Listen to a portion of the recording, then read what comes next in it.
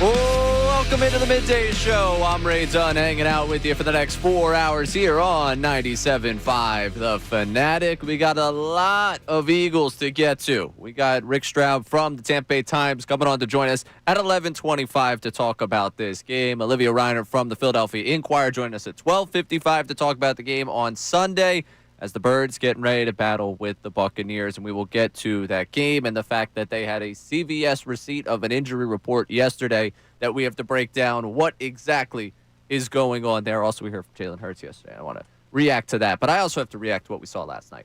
And last night, in terms of the way you celebrate it, it felt inevitable.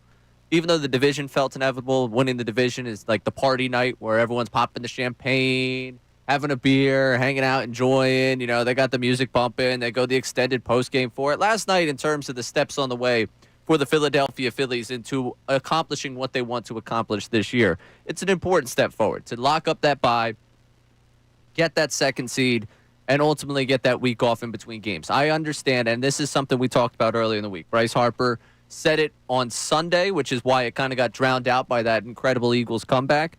They wanted the bye. They're not going to use the bye as an excuse, and you should not fear the bye. When it comes to this baseball team, you should not fear the fact that they are going to have a week off in between games. Look at the way Alec Bohm produced with a little bit of time off.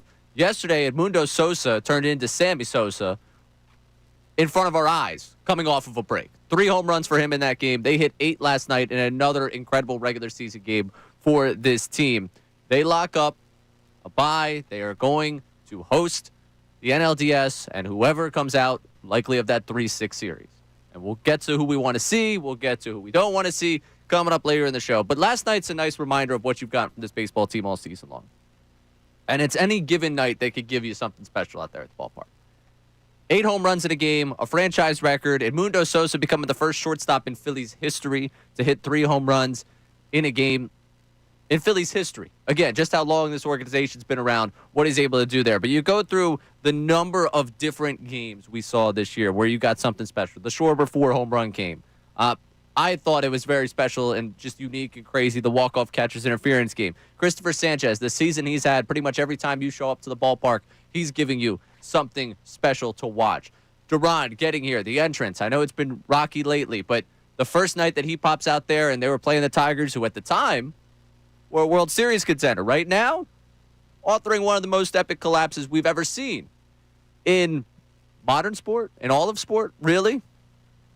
But the win in Milwaukee where they come back, they win 10-8. The division clincher where they come back and win in LA. This has been a sign of a special team. We did the show a few weeks ago about just appreciating what you have and being grateful and, stepping back and maybe taking the time and realizing, hey, we are fortunate for this era of baseball. No matter how it ends, the storylines, the night-to-night carrying through the summer into the fall that you're getting from this baseball team. So we're not going to do that show again. But last night serves as a nice reminder of what that is. And them getting the bye is a nice reminder of just how tremendously successful this group has been over the last 4 years and what they've given you over the last 4 years. And, again, they need to go do the ultimate thing. But it's really, really cool to see for this group and a very special night at the ballpark. But what gets overshadowed by the fact that they set the franchise record for home runs is the performance you got out of Jesus Luzardo. And before the game, what stuck out to me before the game, that comment from Rob Thompson where he goes into just how great it's been, what they've loved to see. It's been a special season for him. We've loved the development. It's been up and down, but he's going to end up having a career high in starts, career high in innings, going to get there strikeout-wise.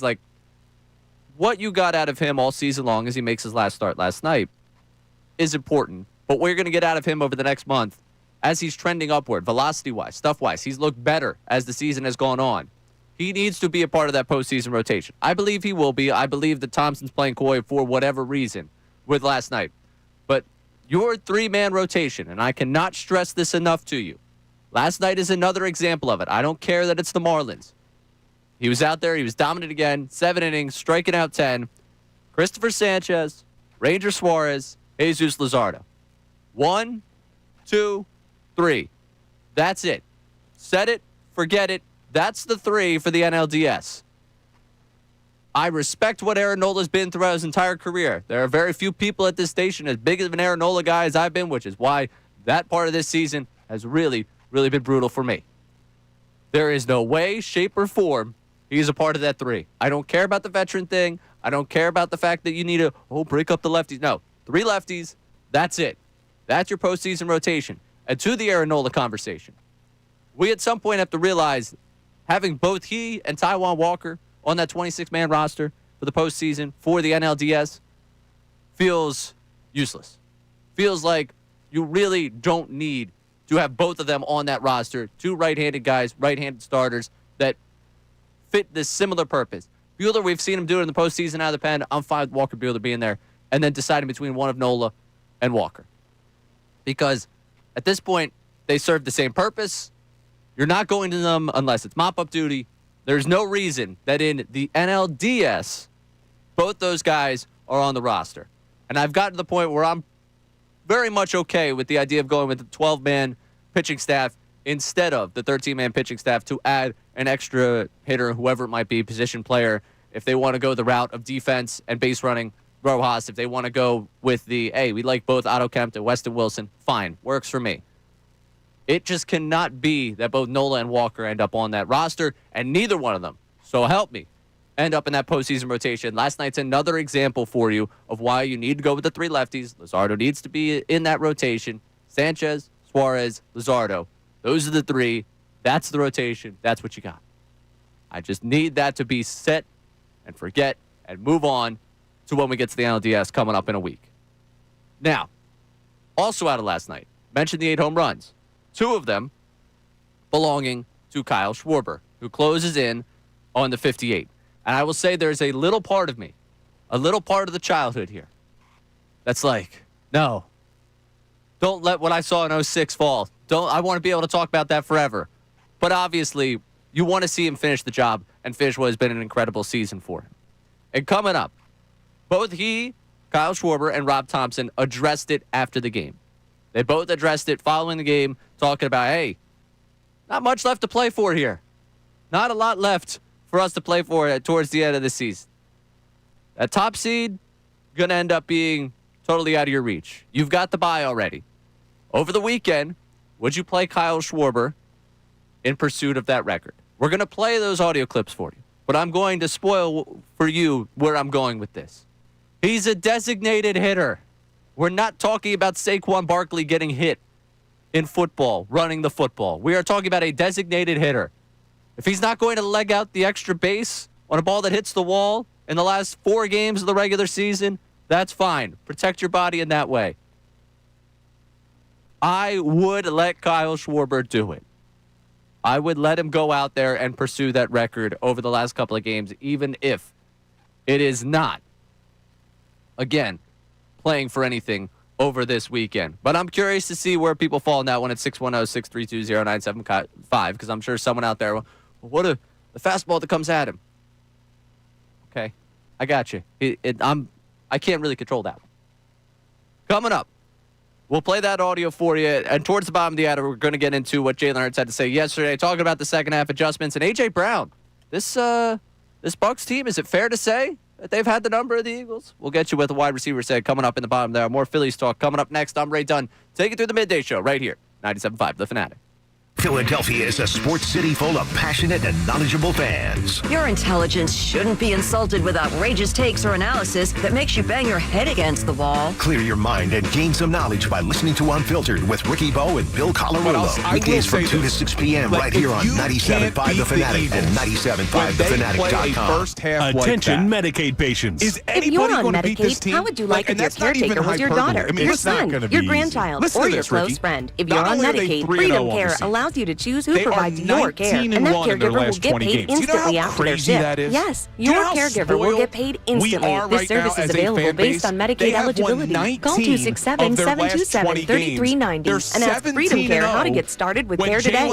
No more worrying about getting care from an aide at an agency. Freedom Care helps you choose who you want to take care of you, and that person gets paid. Call Freedom Care at 267-727-3390. That's 267-727-3390 to get started today. today. You get a caregiver you know and trust, and they get paid instantly after their shift, and it's free to you. Start now by calling 267-727-3390, 267-727-3390, or go to freedomcare.com. I'm not saying the first 2 games of the season were real efficient.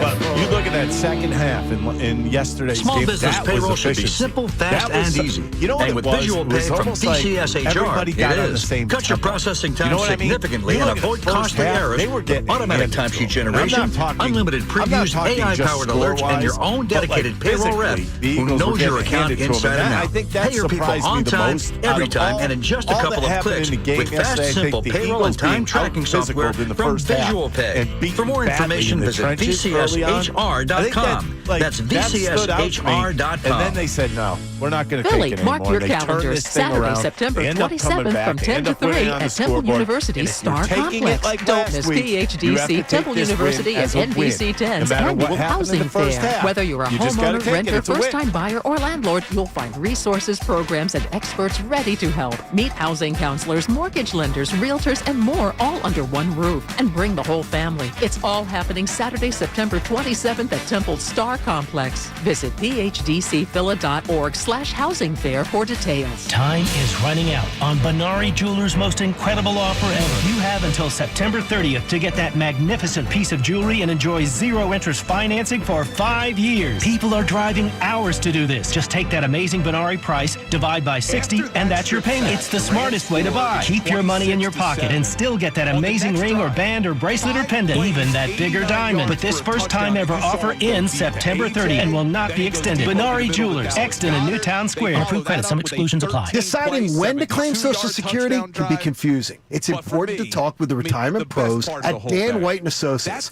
to determine the best way to maximize your Social Security. For nearly 4 decades, Dan White & Associates has been helping clients prepare financially for their retirement years. And they can stress test your retirement plan and give you the tools to maximize what you have. Call 610-358-8942 or visit danwhiteandassociates.com. The real and inside story on Philly sports is here, and it's powered by Lundy Law, your injury lawyers. Visit LundyLaw.com. That's LundyLaw.com. 97.5 The Fanatic and 97.5thefanatic.com. When you're in the lead, We now return to the Fanatic Midday Show on 97.5 The Fanatic and 97.5thefanatic.com. Welcome back in to the Midday Show here on 97.5 The Fanatic. I'm Ray Dunn taking through it. Austin Jones producing the program today. Early on here, getting into what was an incredible Phillies game last night. I just needed to be understood. 8 home runs, wonderful. Love that. By the way, they're up to 210 home runs on the season. That is top 10 franchise history. That's 8th. They actually passed the 2022 team. They've now hit the 200 mark 3 of the last 4 years. The only year they didn't was last year, which was 198. And I say that just to point out that it's fun to look back on what you talked about all summer. This team doesn't have power. They're not hitting, enough home runs. All of a sudden, they find the power surge late in this season. We'll see, obviously, how it carries over to October. But they found that power surge latter stages of the season. They were not on pace to do this. They found their power stroke, and obviously it's been Schwarber-driven for a lot of this season. But they have certainly found it later in the season. 210 now for them. Ended up 8th in franchise history right now for them, home run-wise for the season. 8 home runs last night is the most in a game in franchise history. Mundo Sosa, 3 home runs, most by a shortstop in a game in franchise history. And that brings into question to talk about Kyle Schwarber going for the record. He's at 56. Ryan Howard hit 58 in 06. And there is a little part of me, Austin, and I think you can relate to this, given the age. And I know that this is going to be a slap in the face to a lot of people, back-to-back segments. But, my youth, there's nothing that really brings you into baseball quite like the long ball as a kid. I can't relate to it. Obviously, you see the way my body is structured. I'm not hitting a lot of home runs. Are you sure? I heard you hit a lot in softball. Yes. No, I've figured it out as I've gotten older. I figured out there's more science to it. You still got your prime left, man. You're good. I'm going into the whole sports science of how I can actually hit the ball hard now. It's too late for me. So it's unfortunately only slow pitch softball that's going to allow that to happen. But as a kid, you're just, dumbfounded by watching a guy that did it at that level. And that part of me is there's like the childlike wonder of remembering the 06 Howard season that like for an older audience, it's like, yeah, if the record drops, the record drops. Like, who cares? For me, it's like, oh, no, like you're breaking that from me. Yeah. But again, you want to see Kyle Schwarber do something special, and you've watched him have a special season. So this weekend, the games aren't going to mean much. You know, if you go out to the ballpark, enjoy it. If anything, this might sell more tickets for the weekend, which will end up helping pay for Kyle Schwarber. So in a way, Schwarber paying for Schwarber here with everyone wanting to go see if he's going to break the record. I got good news. Girlfriend texts me. Mother Nature holds out. I'll be there tonight. Oh, wonderful. I don't think it's going to, but good for you in that case. We'll wish. We'll wishful thinking here, Ray. But there was the conversation post-game. All right, now he's close. You know, he was close, but now he's right there. He's on the doorstep at 56. Rob Thompson was asked, all right, game's meaningless. Are you going to play Kyle Schwarber? Here's what Thompson had to say. How great would it be to see Kyle Schwarber break the franchise record for home runs in a season? You know, Ryan Howard's a great player. He really is. I got a lot of respect for him. But it'd be nice to see Schwarber break it. He's had one heck of a year, and he's a heck of a person. So, and like I said, records are meant to be broken. How will you balance that this weekend, though, if the games maybe get to a point where they don't have a ton of meaning, like wanting to let him have a chance to break it, but also maybe rest guys a little bit? I'll talk to him, but I think I'll give him a chance to break it. It's there. I think we're going to give him a chance to break it. We'll see. That's basically what you got out of Rob Thompson postgame, that he thinks he's going to give him that chance. Kyle Schwarber was asked about it, and Schwarber went into very much full-blown, I'm the leader of this team. We have bigger goals mode, but listen to what Schwarber had to say. Everything that we got to do is in front of us. It's, and it's about finishing healthy, and, but you also have to field the lineup too. So I'm also kind of at the bottom of the totem pole there where I don't play the field much. So I'm always going to be ready to play a game. And like I've always said, if it happens, great. If it doesn't, great. I'm not worried about that. I'm worried about getting all of our guys through the end of 162 and then everyone being ready to be healthy and push towards what we need to go to. So he gave you the leadership answer right there of like, listen, there's more in front of us than what we want. And last night basically serves as them winning the first playoff series. Like them clinching the bye. You think about, I don't want to call it the stress of 23 with the Marlins, but there was like the uneasiness of like, yeah, do you ever play good against the Marlins in that wild card series? And then you were able to take them out because, they didn't belong there and compared to you. And then in 2022, obviously there was a lot of stress with that series going out to St. Louis. We don't have to worry about that. That's a beautiful thing. Those 3-game series, I don't like it. All right, it's not always that the better team wins in the shorter series. You see that all season long in a 162. So last night they accomplished that, but Schwarber's asked, and he says he's at the bottom of the totem pole, which fits. It's true, because you think about it, he's not out there in the field. A day of playing for him, and you're going to see this, I think, reflected in some. I was reading Keith Law today in the Athletic, and he was doing like his end of season awards. I think you're going to see this reflected in some of the MVP votes, and I know that'll upset people around here of like the fact that he doesn't play defense. And I think that's going to be put against him. But this week it goes for him in his chance of going for the record, because a day where he plays his 4-5 at bats, plate appearances, like he's going to get up there, he's going to do his thing. And like I said, nobody's trying to take an extra base. I don't need you particularly like busted it down the line there. I don't think Kyle Schwarber's getting into bad habits because of 4 games in which he's just pursuing the record. He's a little bit of a record merchant this weekend. That's kind of what we're looking for. And I'm okay with it. I'm perfectly okay with him playing this weekend and going for the record. I think that if we're talking about Kyle Schwarber playing left field like it's 2022 all over again, then we have a different story. Then sit that man down and keep him away, because I don't want to see him the way we've seen Turner, obviously with the hamstring. We've seen a couple of guys go down this September, whether it be Bohm, whether it be Sosa, another one where you're talking about like, okay, what's going on there muscle-wise? You pull something, not necessarily pull something, but tweak something, and then you're in just an odd spot. I'm fine with him going out there, being your designated hitter, playing all 4 games, going for the record, and then let's get to the postseason. Plus, everyone that's afraid of the bye wants people to get at-bats. Well, keep him rolling. If he's hot right now, keep the at-bats coming for Kyle Schwarber. So I'm all right with it, but I'm curious how you feel about that. At 610-632-0975. We'll get to the text line coming up in the next segment. On top of that, going back to the Birds, something we talked about earlier this week, the second half adjustments for the Eagles. Jaylen Hurts got a chance to meet with the media yesterday, and believe it or not, he was very complimentary of Kevin Patullo. We'll play that for you coming up next to break down what exactly that second half offense looked like. I'm Ray Dunn, taking you through middays here on 97.5 The Fanatic.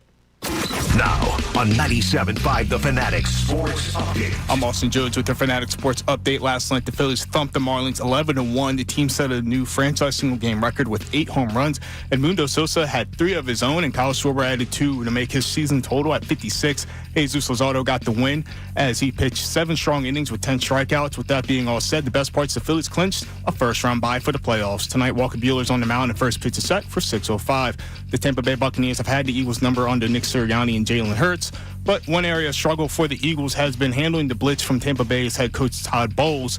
Well, yesterday, Jaylen Hurts spoke to the media about handling the blitz, and he said that's an area that they need to grow in. I think that there is always room to grow in any avenue of that. I don't know what numbers are or optically how something looks, but, when we sit here and we're very critical of ourselves, we're going to say we got to improve in this area. And so that's the mentality with that and everything else.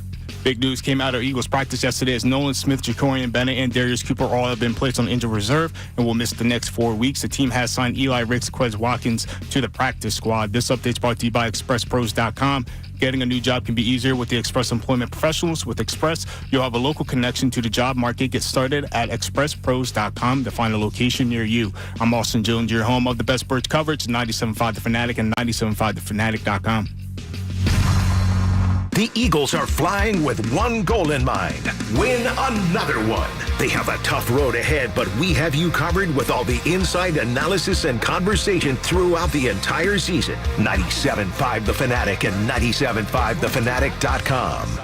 This special alert is for all Americans who own a vehicle. If you have a warranty that's about to expire or no warranty coverage at all, this message is for you. It's time to stop worrying about future car repairs today. Your vehicle is essential, but unexpected breakdowns can derail your plans and your wallet. It's time to future-proof your ride with CarShield. CarShield offers a low-cost month-to-month vehicle protection plan that saves drivers thousands from out-of-pocket expenses on future auto repairs. Imagine if your engine quits or your transmission fails. You could pay a fraction of the repair costs. This protection plan is at an all-time low, and to give you even more peace of mind, drivers who activate today also receive free roadside assistance, free towing, and car rental options at no additional cost. Don't wait for a breakdown to drain your savings. Future-proof your car with CarShield today and drive with confidence. Call CarShield for your free quick quote. Call 800-549-1238. That's 800-549-1238. What do you have to lose? Call 800-549-1238. That's 800-549-1238.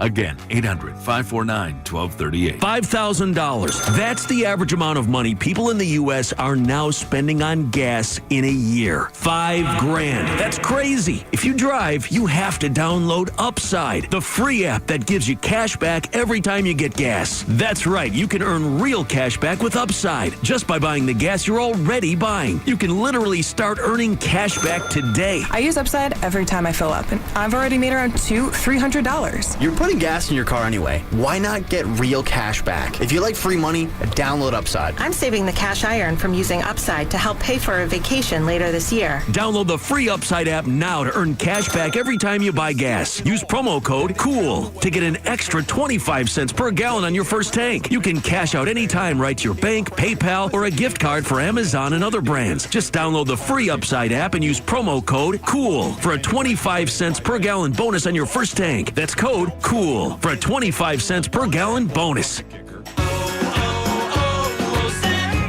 Hi, I'm Maria, salon owner. You know the jingle. Now discover the facts about Ozempic, a GLP-1. There's only one FDA-approved Ozempic made by Novo Nordisk. Learn about the real thing. Talk to your healthcare professional today. Call 1-833-OZEMPIC or visit Ozempic.com to view the medication guide and to learn more about Ozempic. Semaglutide injection 0.5, 1, and 2 milligrams.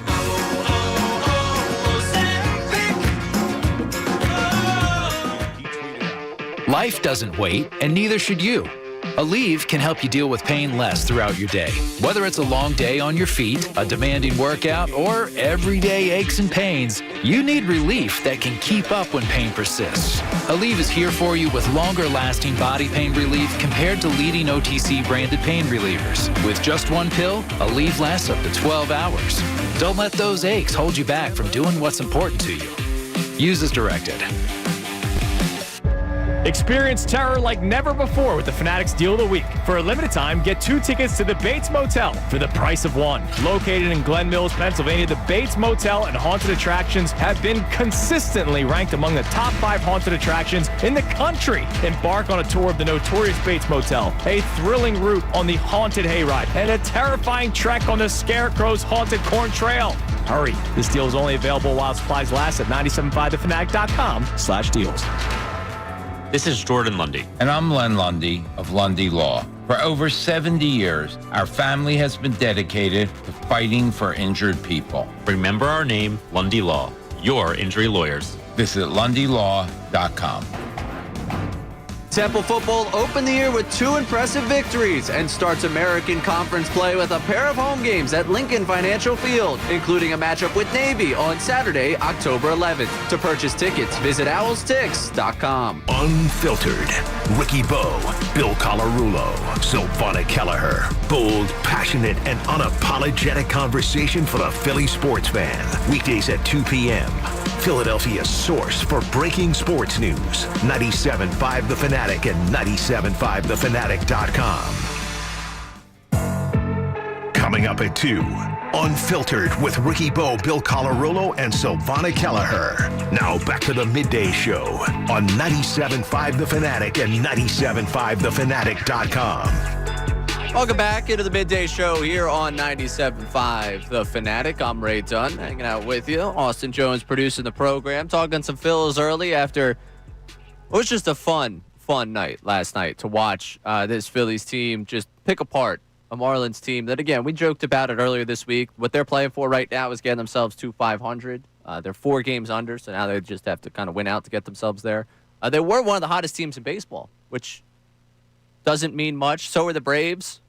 Those 2 teams, too little, too late. They are not Cleveland, because Cleveland, it's not too little, too late. They found a way to do it, and I talked about this yesterday with Amy. I couldn't imagine being a Detroit Tigers fan right now, like just the absolute devastation. And while we're talking general baseball here for a quick second, I saw JM on our YouTube chat, and hello to our YouTube people, great to see you, saying it's going to really suck if Schwarber gets the record than Bulls for Cincinnati. I understand that in 2022, in September, we didn't exactly have the greatest attendance as the Phillies were trying to close in on a playoff spot. So it is me kind of throwing stones in a glass house. But Cincinnati right now, battling for a postseason spot. The crowd that they attracted to the Pirates series that they've already lost. They've lost 2 of 3. You might have seen viral Paul Skeens clips that don't have much to do with Paul Skeens from last night, that he got the start and the Pirates end up winning the game. They end up walking off in extra innings. So really he had a little to do with it, obviously being the starting pitcher, but you wouldn't know that it was a walk-off win with what people are talking about on social media from that last night's Pirates game. We'll leave it at that. And that crowd for Cincinnati, when you're battling for a playoff spot, it just was sad to see. So I hope Schwarber looked at that crowd, was like, yeah, I know what Red October looks like in Philly. I don't know what a Reds October looks like out in Cincinnati. I'll leave that be. Let's get to the text line here real quick on the Phillies topics we've gotten into before we get over to what Jaylen Hurts had to say about the second half offense. What do we got on the text line, Austin? Yeah, so here we go. This is the first text of the day. This isn't even a debate. Of course, Kyle Schwarber should play the rest of the season. He's going to be resting for 6 days, almost a week before the playoffs start. Yeah, and that rest for Bohm paid dividends, for Sosa paid dividends off the injured list. I know I had a lot of people tweeting me. I hope it's a third time when Trey Turner gets himself back. Interested to see how that looks this weekend. I thought it was funny last night with the first Sosa homer. Stott homers like a couple batters later. I'm like, all right, that's a nice response there. Like, that's a nice response from him of like, hey, listen, I don't want this platoon. And then Sosa homers 2 more times like, no, man, we're going to platoon this thing at second base. All right, Turner gets back here. We're both going to be playing this postseason. And you said yesterday that you had to see how Sosa would react to coming back, and he reacted in a pretty good way. Pretty good. I enjoyed it. What else we got on the text line? Now, this is switching over to the Eagles. This is from Eric from Fairmont. He said, I'm currently sitting at the Tampa Bay Airport in Terminal F watching all the Birds fans flocking the terminal. It's a takeover.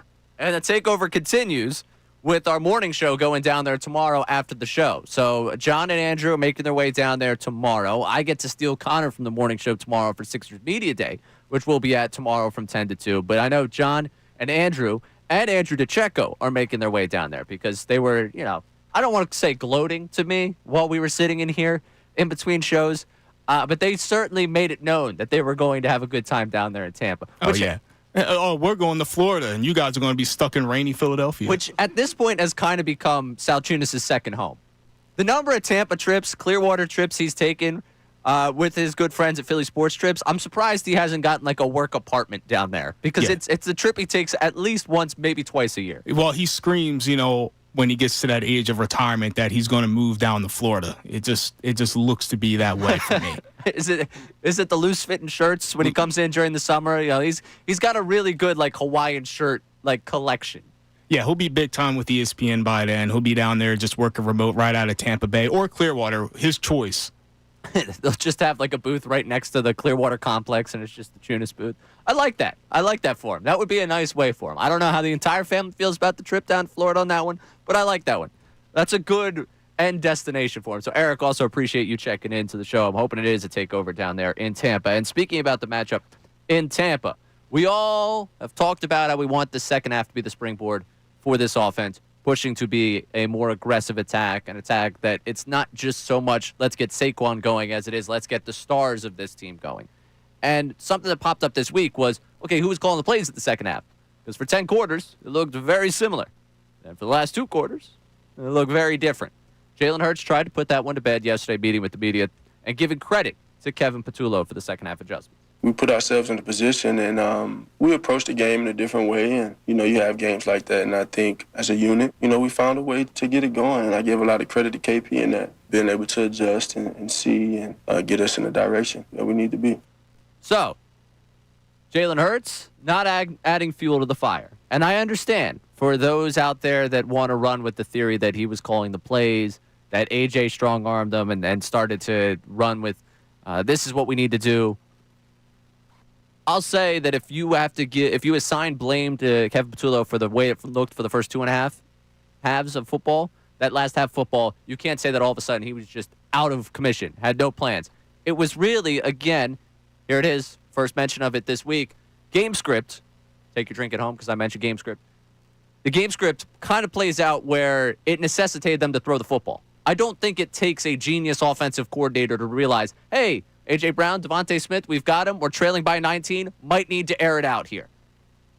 That's like the baseline credit you could give to Kevin Patullo that people are reluctant to give this week because they want to say it was just Jaylen Hurts that made that adjustment, that it just was QB1 and the wide receivers just being like, yeah, we need to do this. Sure, I'm sure they had input. Hurts gives him credit there in the second half, and the truth is we probably won't figure out exactly what it is. Sirianni said earlier this week that Patullo was definitely calling the plays there in the second half. Hurts gives him credit. So from the team side, they're throwing support behind the offensive coordinator. Now, I will say, regardless of who is at the helm here, little credit goes to Jaylen Hurts because 2 years ago, I don't know how he addresses the answer of who is in charge of the offense in an offense that clearly had its issues. If you remember the back and forth between Hurts and Sirianni back in the day, and the back and forth that seemed to be had in that 2023 season where it didn't look like everyone's on the same page, even if right now internally they're not on the same page, to give the public face that you and your offensive coordinator and the head coach all seem to appear working on it in synchronicity, as he likes to try and throw it as synchronization, all the word of the year for him. That's credit to him and the leadership of him inside of that room, because I think 2 years ago, you might get a different answer had the offense started this way and had there been the questions from the outside, had there been the annoyance. I think this is another step for Hurts in terms of the way that he addresses situations internally that they don't necessarily love, because I can't imagine he's even pleased with the way the offense has gone, because he mentioned after week 2 that he wanted them to be more proactive than reactive. That's something that he said. He talked about being more aggressive after the game this week. Those are things that he's already said. So he's not giving us the I'm satisfied, but he's also throwing his support behind coaches that maybe right now he's not totally aligned with where they're going offensively. And I think that is a solid step in the right direction for him when you compare the last time we were talking about struggles like this. And, we go back to the 2024 offseason, the offseason leading into 2024, where we did all that talk of Hurts, Sirianni, what's their relationship, what's it like? It's nice to see this where it's like we're not even beginning to approach the conversation of Hurts, Patullo. Was there something off with that dynamic? No, it's all right. Hurts throws the support there, gives him his credit. We keep on moving on. And And I think that's a nice difference to see than what we've seen in the past couple of years when we've seen adversity. Now, someone that has had plenty to say in the past when it comes to this passing offense and issues with it. Wide receiver one. A.J. Brown was asked yesterday whether it's fair to say that the Buccaneers have the Eagles' number. Given in Sirianni's tenure, Eagles 1-4 against Tampa Bay. A.J. Brown gave his answer. We'll play it for you coming up. And why his answer, and him specifically speaking on it, is incredibly ironic. I'm Ray Dunn, taking you through middays here on 97.5 The Fanatic. Unfiltered with Ricky Bo, Bill Colarulo, and Silvana Kelleher. Real sports talk you can trust. No rage bait, no fluff, just honest and objective conversation for the greatest sports city in the world. Tune in every weekday from 2 to 6 p.m. right here on 97.5 The Fanatic and 97.5thefanatic.com. The IRS finally caught up with Louie. I hadn't paid my taxes in 8 years. I owe the IRS a lot of money. Louie was in deep trouble. We're going to take your house, put a lien on your bank account, garnish your pay. They don't care. They're going to take your paycheck. Louie found out about Optima Tax Relief, the leading tax resolution firm. A+ rated by the Better Business Bureau, they've resolved over $1 billion for their clients. Optima Tax, they help me. They calm me down. They make me feel comfortable, and I trust them. Louie has a lot to be thankful for. I don't owe the IRS anymore, and I'm able to live a comfortable life, a lot better life. It was because of Optima Tax. For tax help you can trust, call Optima now for a free consultation. Take it from Louie. If you owe the IRS, don't go it alone. Give Optima Tax a call. They can help you. Call 800-354-2840. 800-354-2840. 800-354-2840. Optima Tax Relief. Testimonial from an actual client. Some restrictions apply. For complete details, please visit OptimaTaxRelief.com. Drivers who switch and save with Progressive could save hundreds. With that kind of money, you could go big time. The next time you're out to dinner with friends, you can order the shrimp cocktail for the tape.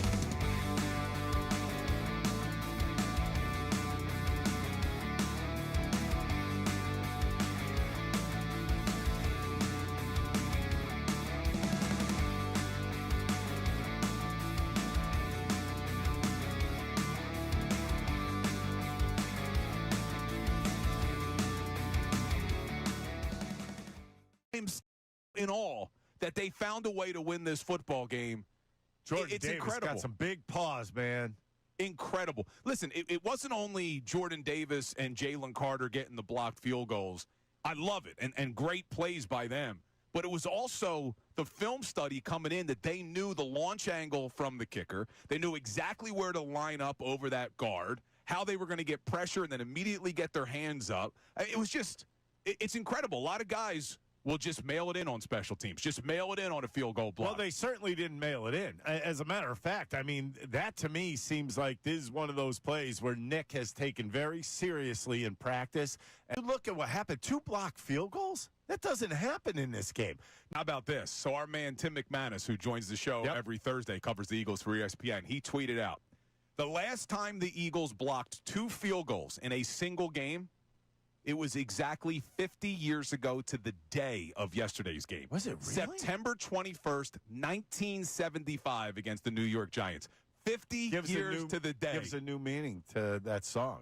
It was the 21st night of September.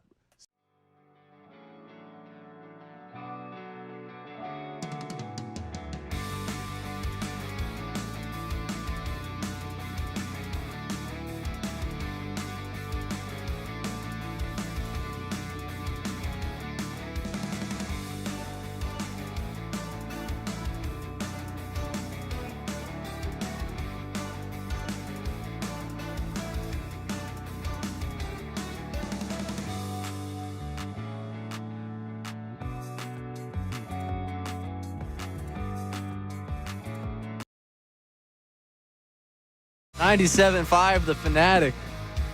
Ray Dunn taking you through the midday show. Austin Jones producing the show and also just putting a stake through my heart here. There's nothing worse than finding out a place you enjoy going to eat at is closed. There's very few things in this life, I should say. Because there's definitely things worse than that, but in the moment, it doesn't feel like there could be anything worse.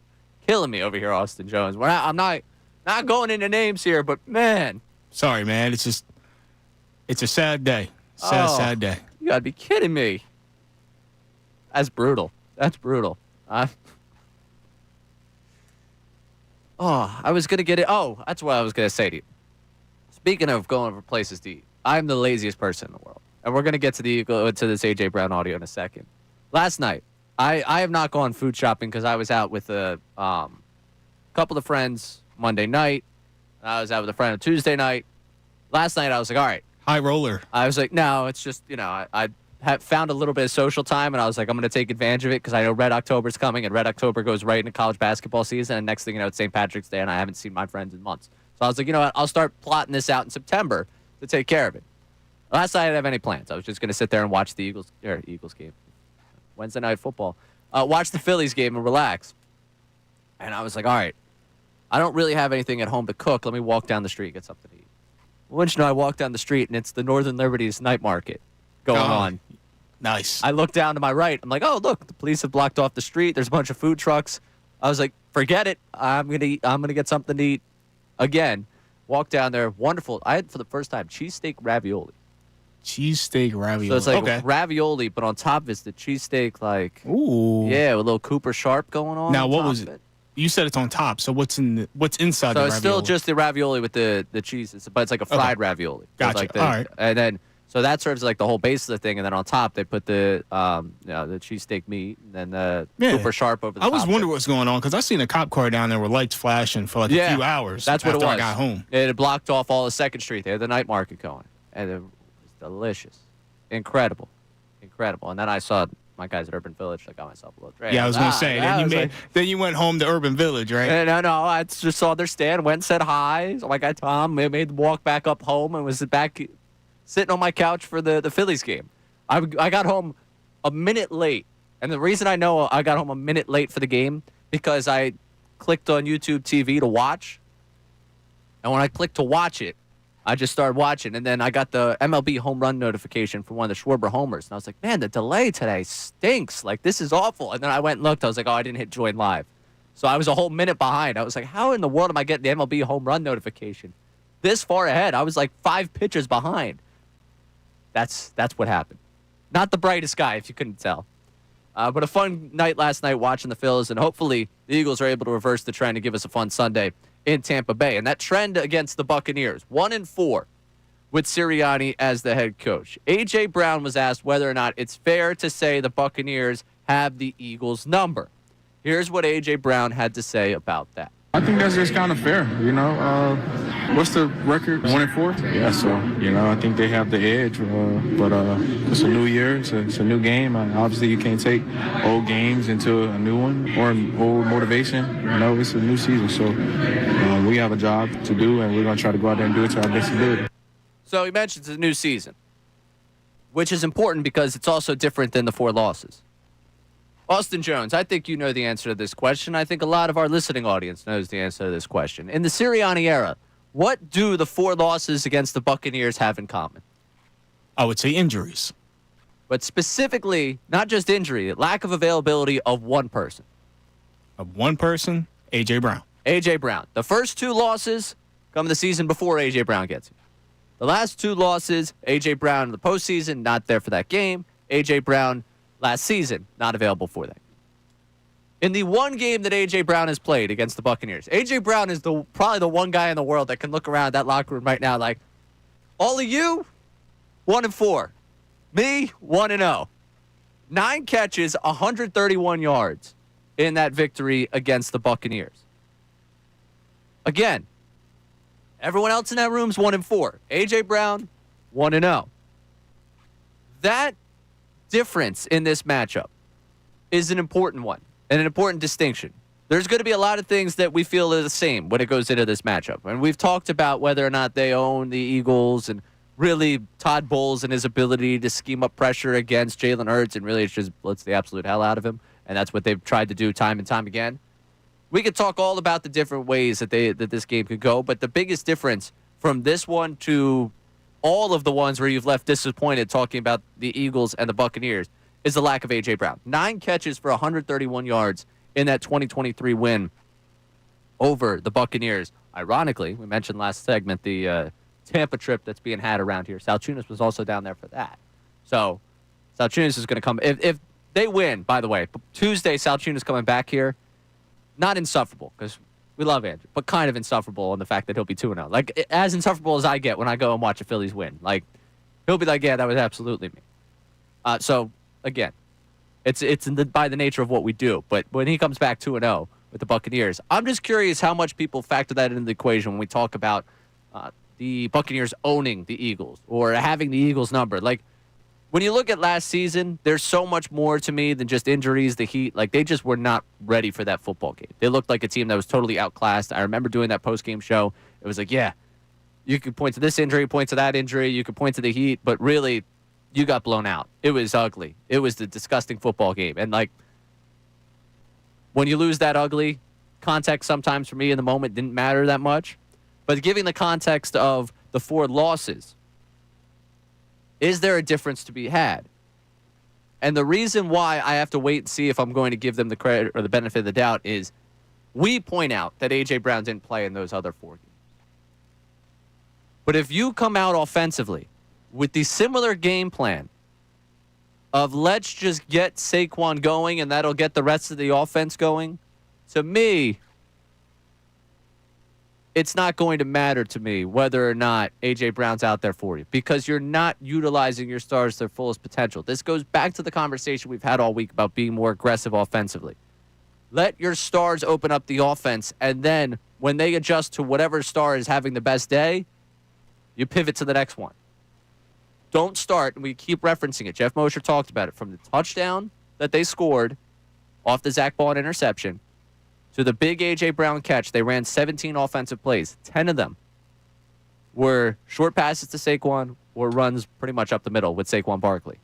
Let your stars, let the killers be the identity, not just one be the identity for this offense. And I think that's the difference. If A.J. Brown is a driving piece of this aggressive offense, then it's going to make a difference, the fact that you didn't have him those 4 losses previously against the Buccaneers.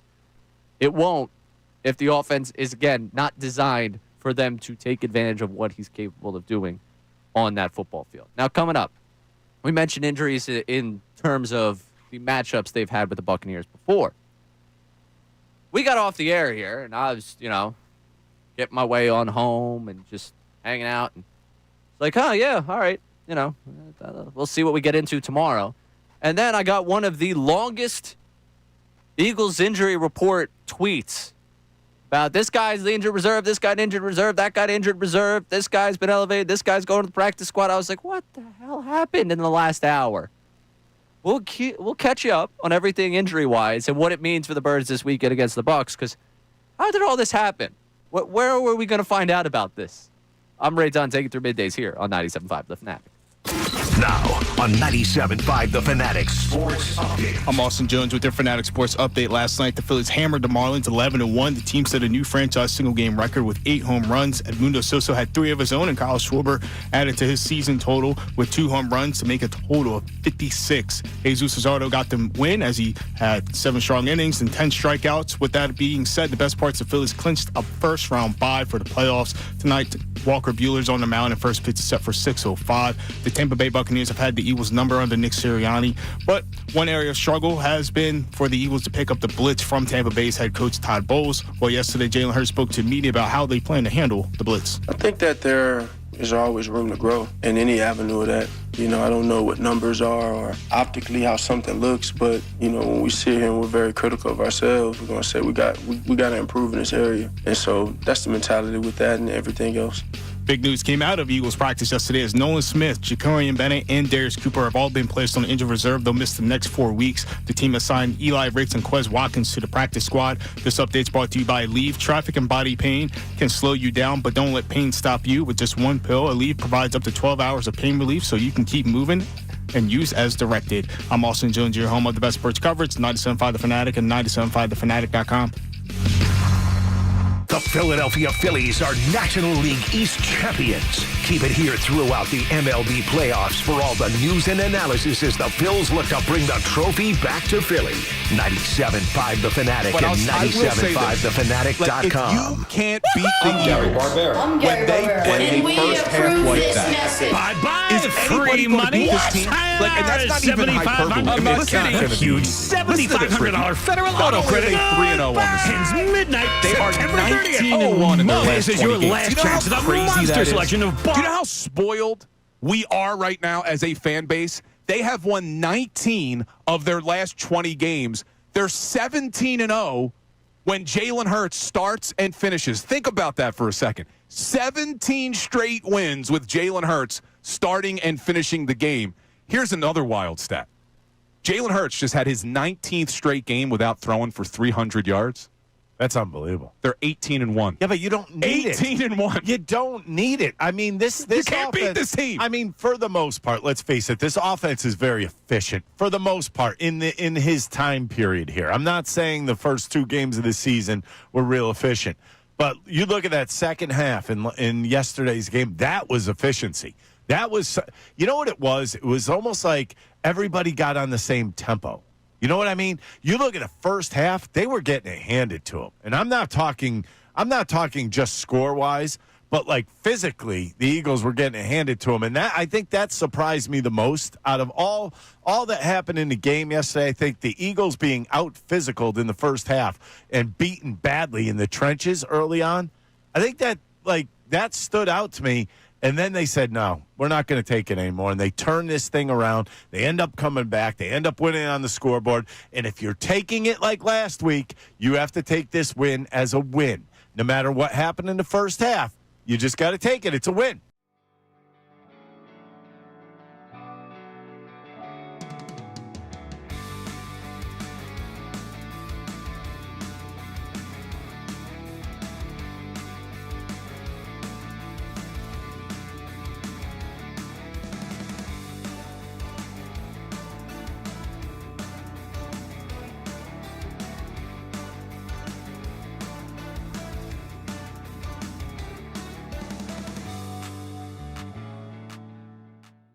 After that strip sack, the Rams score. It's 26-7.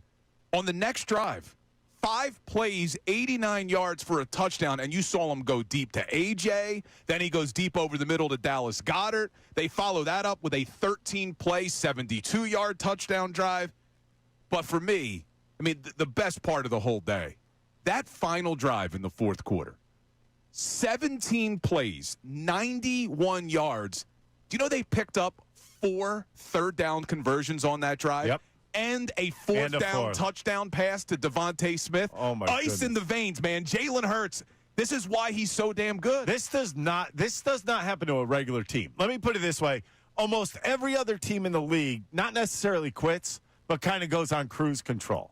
Instead, they were like, you know what? We got to find our offense now. Let's kick it in gear. Let's see what happens. And I almost think it was opposite. Usually when you're in the lead, you don't go into cruise control until like halfway through the fourth quarter with that big of a lead.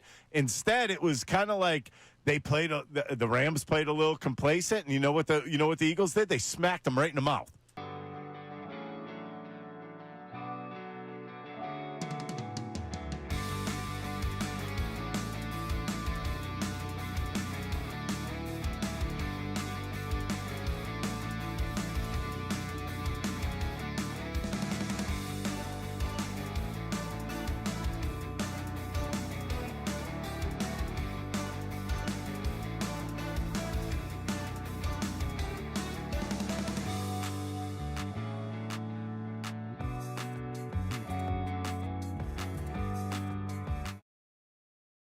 Clock hour here on 97.5 The Fanatic. I'm Ray John, taking to the midday show here on WPEN HD1 Burlington, Philadelphia, Beasley Media Group station, broadcasting live from the Comcast Business Studio, powering possibilities. And just saw something on the old Bird app. Before we get back to the Birds, Austin Jones, Bill Colarulo is tweeting something out.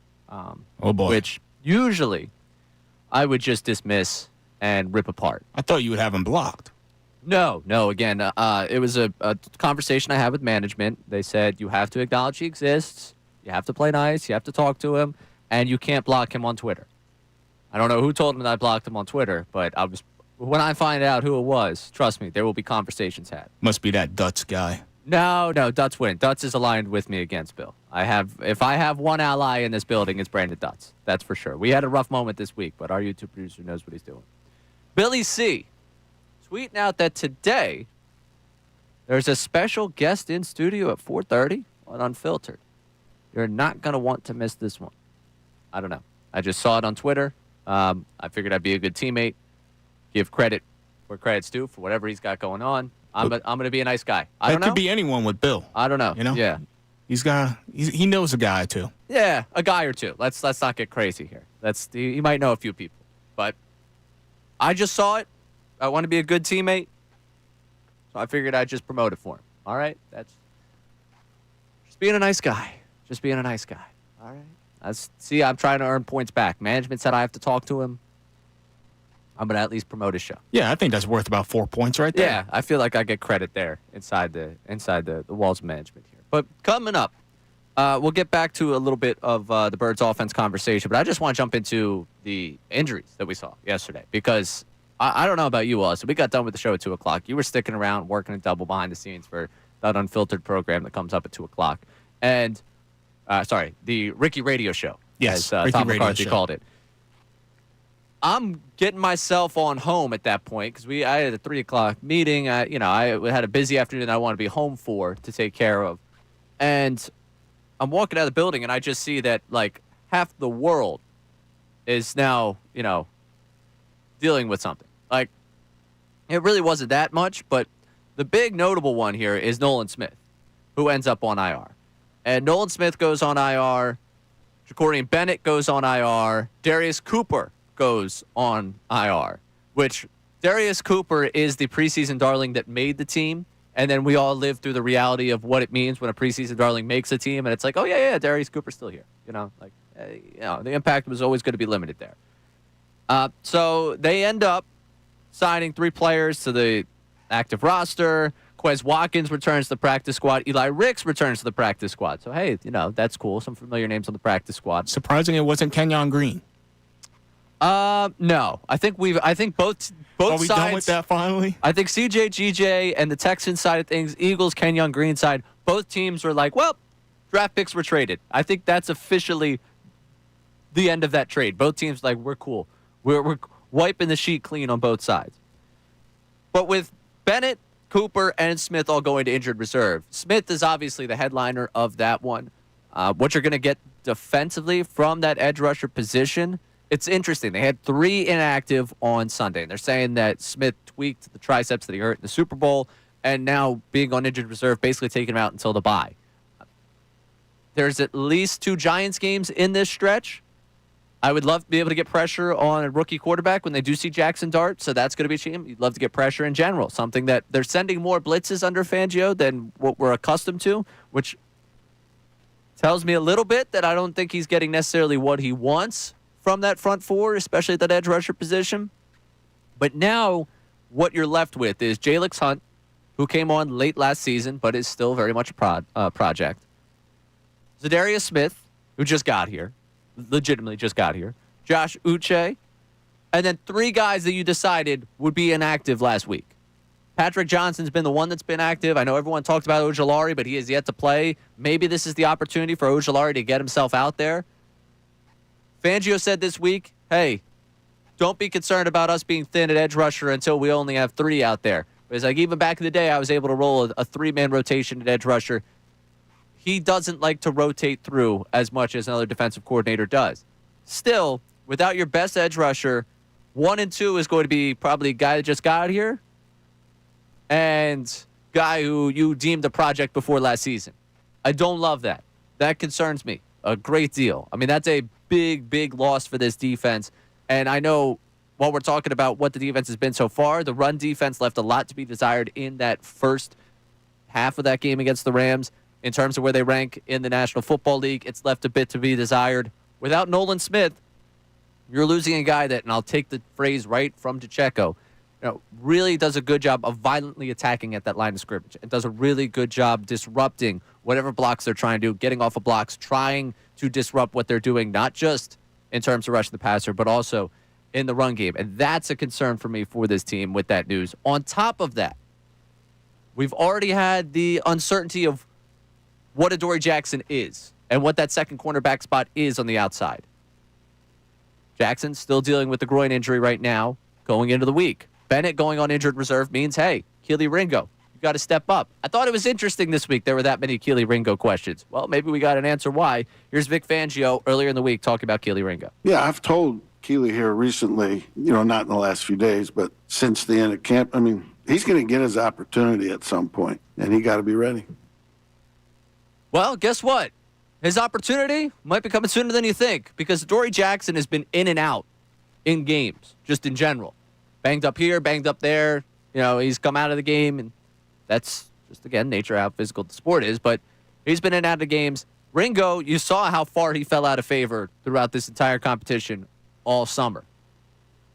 He might have to be the one to show you something over the month of October without Ja'Cory Bennett because we were all talking about when is it going to be Bennett time. To me, it feels like when is it going to be time for them to address this outside of these four walls? And I know the morning show today was talking about other cornerback options, and I think the story on ESPN by Jeremy Fowler and Dan Graziano was, what's going to happen with the Texans? If the Texans lose a few more games, are they going to be willing to deal? And who have they been willing to deal with a ton recently? We make the joke about Kenyon Green and C.J. Gardner-Johnson. Are they going to be willing to send someone out to the Eagles? I'll be honest with you. The Ja'Cory Bennett, when they made the trade, I said, maybe this was a little early for them to make a deal. To address it. I understand you want to address it. You want to get someone in there to learn, but just was that the guy that was going to fit the role? And maybe he was, and maybe injury isn't a reason for me to feel vindicated in that. They need help at that second corner spot. I don't feel comfortable with what they have right now. I know I'm going to have to live with it for a few more weeks while they maybe figure out what they have in Kelee Ringo, but it's going to make me incredibly uneasy over these next couple of weeks. To see what they have out there. And that's the biggest thing from all the injury news we got yesterday. Right. Which one makes you more uncomfortable? The situation at the edge rusher right now, or is it cornerback? Probably corner. Okay. Because what we thought was the fail-safe for you if things didn't work out with Adoree Jackson is now out. Adoree Jackson is now banged up, and there's a chance that they're turning to a guy that they basically talked out of a competition by the end of training camp. Right. I agree with you. Also, this is not going to help the Eagles potentially this week, but as in regards to the edge rusher position, remember about a month ago now when Nakobe Dean said, I'll see y'all in week 5? So if he is able to come back next week against the Broncos, now, obviously, he may be on a snap count, but is that the potential opportunity for them to then put Campbell at the outside rush position for help to replace, a Nolan Smith? Yeah, no, it's an interesting concept. As you were going down that path, I started to see exactly where you were going. I'm trying to think back to everything Fangio said. I know that a guy with his talent probably could pick it up and make it work situationally. I don't think they would give him a large role there, and I think they've liked what they've seen him off ball, but I would imagine that the Beats, the next time they get a chance to talk with Vic Fangio, which next week, I would imagine that line of thinking comes next Tuesday where they ask him about that. I would not be surprised to see if someone thinks along the lines of what you're thinking when it comes to that defense. We addressed the offense earlier in the show, and we got a chance. I haven't talked to him, and it feels like a little while. I don't know where he's been. A little worried about the guy. I haven't seen his name pop up. Didn't get a chance to talk to him, but he's our guy, Dr. Matt Elf. Greg and Bethlehem want to get in on the Eagles offense. Greg, you're on 97.5 The Fanatic. Morning, Ray. How are you? With the good. With the edge rusher issue, seems like we're going to have to perhaps change the risk meter on the offense a little bit. In the first half last week, it seemed like they were on a scale of 1 to 10, where 10 is the most risky. It seemed like they were running about 2, and I would like to see them be somewhere in the 7 to 8 range, not go crazy, but, open it up. And I guess the $1 million question, I guess everybody has, is why it took a whole half for them to figure it out. Yeah, I mean, the big question is, why did it take you 2.5 games to figure it out? Like, why did it take you that long to realize, hey, number 11's over there, number 6 over there, they're pretty good. Like, find the football to them. I mean, that's a big question. You say 7 or 8, and I love that we can assign, like, number values to the risk. I mean, with how talented this offense is, you probably don't even have to dial it up to be that risky. But it's not. I don't think it's that risky when you're throwing to someone that is as physical as A.J. Brown is, and for Devontae Smith that just does as well in contested catches as Smith does. Yeah, a lot of those slants to A.J. or Goddard seem like they're open. You know, I was always under the philosophy that, you know, if there's stuff in the run and it's back in the box, you throw the ball to loosen them up. And for whatever reason, in the first half, it didn't seem like they were doing that. No, and it's been odd in the sense of just the way they've forced it, whether it be the short passing game, whether it be the runs up the middle. Like, I know I had a buddy that texted me. I want to say it was halftime. I got a couple of really good texts at halftime. Somebody texted me, well, I guess we can rule out the Super Bowl for this year. And I was like, okay, well, glad we're at that point. I got a text that if they run the ball up the middle one more time with Saquon, my TV's coming off the wall. And I was like, okay. Definitely not something that I would have got a text about last year in that way. But the annoyance level with what they're doing in the offense, you know, Greg kind of hits on there. And where you're moving offense. Again, I don't think it's that crazy to just play through your stars instead of playing just through one. Saquon's great. Everyone knows that you're going to Saquon. Everyone knows this is how you won games last year. You still have AJ. You still have Devontae. Open it up early. And if you get that early lead, guess what you're going to be able to do? Run. Take time off the clock. I don't know. Coming up, 2 segments from now. At 11:25, we'll get a chance to talk with Rick Stroud of the Tampa Bay Times about the Tampa Bay Buccaneers, the matchup this weekend. In the next segment, Tampa Bay Buccaneers head coach had something to say about the tush push again. But also a nice little Philly reference in there for, again, he's a Temple guy. Todd Bowles. What do you have to say about the tush push and whether or not he views himself as a hero here in Philadelphia for standing up for it? We'll get to that coming up next. I'm Ray Dunn, taking through middays here on 97.5 The Fanatic. Philadelphia.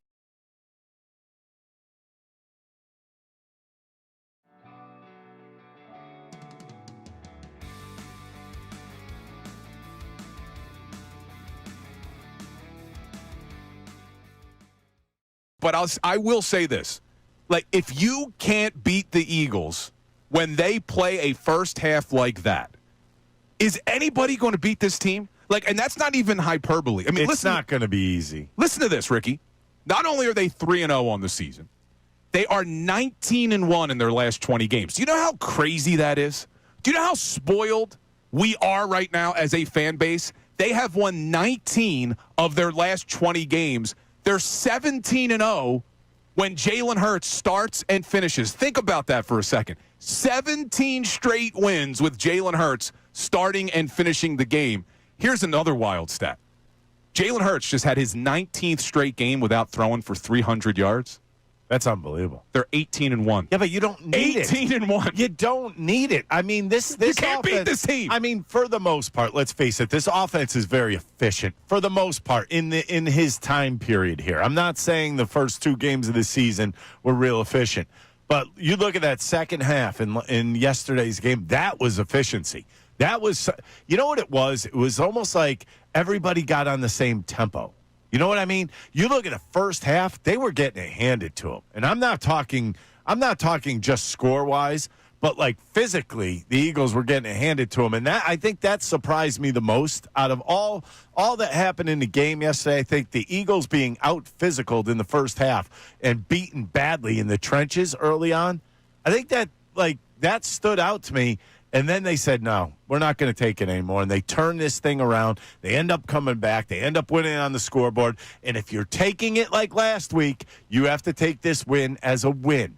No matter what happened in the first half, you just got to take it. It's a win.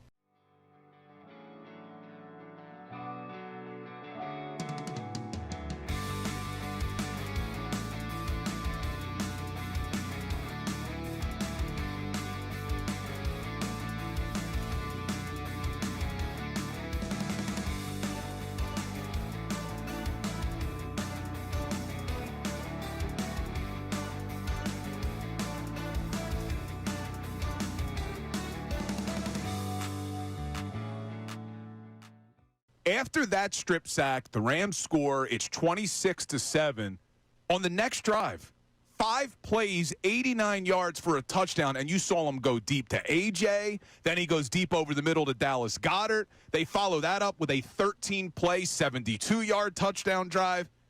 But for me, I mean, the best part of the whole day, that final drive in the fourth quarter, 17 plays, 91 yards.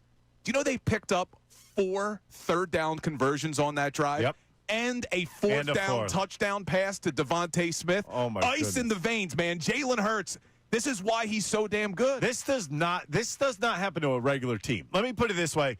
Almost every other team in the league not necessarily quits, but kind of goes on cruise control. Instead, they were like, you know what? We got to find our offense now. Let's kick it in gear. Let's see what happens. And I almost think it was opposite. Usually when you're in the lead, you don't go into cruise control until like halfway through the fourth quarter with that big of a lead. Instead, it was kind of like they played the Rams played a little complacent, and you know what the Eagles did? They smacked them right in the mouth. Up as they play that promotion for Unfiltered coming up at 2 o'clock. For anyone that thinks I am the special guest at 4:30 with Bill, that is not the case. Okay, so the Ricky radio show today at 2 o'clock is having a special guest at 4:30. So Ricky, Bill, Silvana, they're gonna have someone in studio at 4:30. Again, I'm just being told. I'm just finding these things out, so I'm only sharing that with you. But I want to clear that up because I got a text like, "You?" And I was like, "No. That would be very selfish of me to promote something." They're having the guest. But I just want to clear that one. It's not me. I am not going to be in studio with Bill at 4:30. I'm trying to avoid being in the studio with Bill as much as I possibly can. Yeah, I mean, if it was just probably Ricky and Silvana, you'd be, oh yeah, no problem. I can make time for that. Right. Yeah. No matter how many times that Ricky tells me I'm number one, or Silvana just pretends that I don't exist around here, I could stomach being on the air with them. Also, let's not forget, he tried to sabotage your knockout. He did. I haven't forgotten about that. I've not forgotten about that. By the way, I'm working right now to get access to a gym to make sure I'm ready to go, and I will be standing right behind him to start Knockout next year. I'm ready to go. Now, someone else is ready to go to Philadelphia would be Todd Bowles. So we've gotten into plenty of Eagles, Phillies conversation to open up the show today. Yesterday, we played Todd Bowles talk about the fact they didn't bring in Desmond Watson to be the tush-push terminator. They brought him in because he finally hit the weight they were looking for to make them feel comfortable, to have him out there. And if you don't know who Desmond Watson is, he's just a mammoth of a man. He's over 400 pounds, just a huge human being that, in theory, being signed this week to the practice squad of the Buccaneers, if he was elevated, he could probably wreak havoc in the middle against the tush-push. We played that for you yesterday. We also played for you Todd Bowles talked about how he thinks the tush-push is creative, how he's pro the tush-push. And he was asked yesterday, I believe it was by our old buddy Rob Motti, who works for the AP and was obviously on this station before. And we've had him on various number of shows here at the station, about being a hero in Philadelphia because he is pro tush-push. Here is what Todd Bowles had to say. Your stance on the tush-push has kind of made you a hero in Philly. You played there, you coached there. I think I'm a hero in Philly. Do you understand that mentality where opposing fans actually like you for that stance? I think the only place I might be a hero at is Ishkabibbles down on South Street and getting the cheesesteak. Other than that, it's a good play. It's a creative play for them, and we got to get better as defensive coaches trying to be creative to stop it. Again, a Temple tough guy being pro tush push makes sense. Makes a lot of sense there. So, again, good on Todd Bowles for empowering creativity and looking out for it. Also, probably helps that I think of the teams in the NFL, the Bucs are probably one of the better ones. This is a feel fact. I don't have the necessary fact in front of me for him to say that, yeah, we've been able to stop it a few times. We'll be good at it. So, with that, it does bring into the question of his South Street cheesesteak of choice. I think Ishkabibbles is a solid option, a very solid option. If I'm going on South Street, though, I'm going to Jim's. Yes, absolutely. Jim's for a while there, I was getting it pretty much every single Sunday through college on DoorDash, which shows you financially the decisions I was making in college. DoorDash is crazy. It's not like South Street and Temple are close to one No, another. I understand, but that delivery fee is most of the time why I don't order something on DoorDash or the other, food apps. Yeah, I mean, now I take the walk. I'll take the walk down from where I am in Northern Liberties down to South Street and get it. And it's a nice exercise. You basically work off the cheesesteak in the midst of getting the cheesesteak. And I have to say now, living in Northern Liberties, Del Rossi's has become my go-to I was going to say Del steak. Rossi's is right around the corner, essentially. Right. We talked about the cheesesteak ravioli I had earlier, the Cooper Sharp on it. Like that, the Cooper Sharp down there at Del Rossi's with the seeded roll. Phenomenal. Quality. I know Neil Deaver, our YouTube chat, understands. He's mentioned again a few times. This is interesting now because Todd Bowles says Ishkabibbles. Torrey Smith, when he was on with us before, also said that's his favorite. Is Ishkabibbles the official football guy cheesesteak of Philadelphia? I think you still have to go probably Angelo's number one. I'm not saying number one. I'm saying in terms of football guys. We now, once it's just one man's opinion. Twice, you could start to build a trend here. Is this the official football guy cheesesteak? I think if the Eagles admin is listening right now, when you go to do your next, TikTok content, the Tiny Mike series. Yeah, you need to ask, the players, what is your favorite cheesesteak location? Also, how many cheesesteaks do you have to order somewhere to be a hero there? Because he says he's a hero down at Ishkabibbles. Like, I would say during college, I was probably a hero at Jim's. Because every Sunday, if I'm getting, you think about that, however long it was, how many Sundays was I there? No, 16 weeks, technically. Yeah, 16, 32, probably 30 cheesesteaks over this, it's a good thing I run. I would have been in dire shape if I wasn't. I would say 15 or more. 15 or more in what? A calendar year? Or just all time? In a calendar year. I was going to say, I feel like it has to be in a calendar year. Because, think about being a regular somewhere. To be a regular somewhere, you probably have to show up at least once a week, not once every 2 weeks, or you have to start to know the people that work there. Exactly, that's my point. To be a regular, you have to know the individuals that are, behind the counters, making your food, what have you. Because if you're just a person that, you go to the same restaurant every time and you're not being social with the workers, then I don't think that classifies as a regular.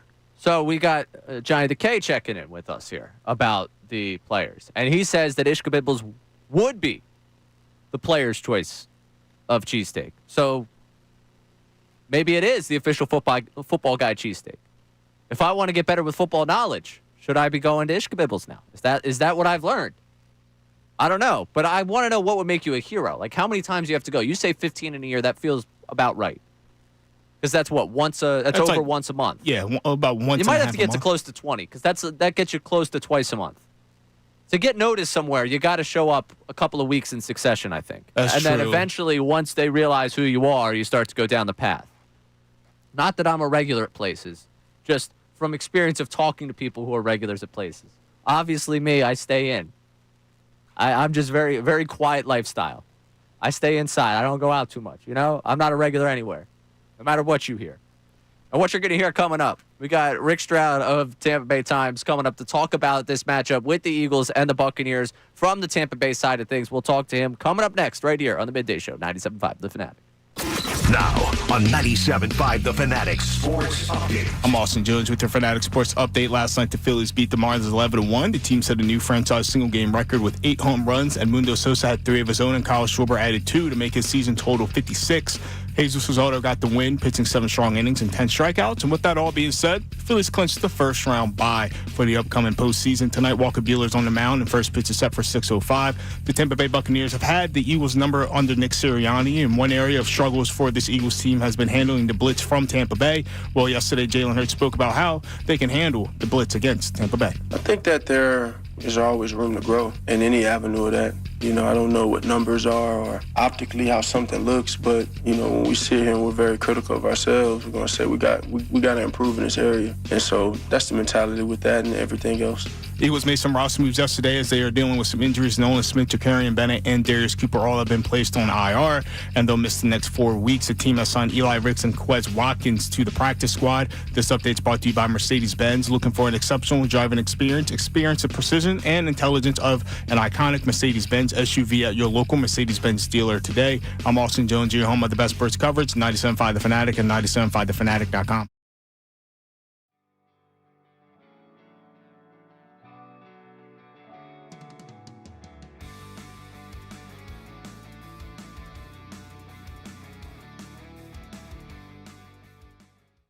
But I will say this.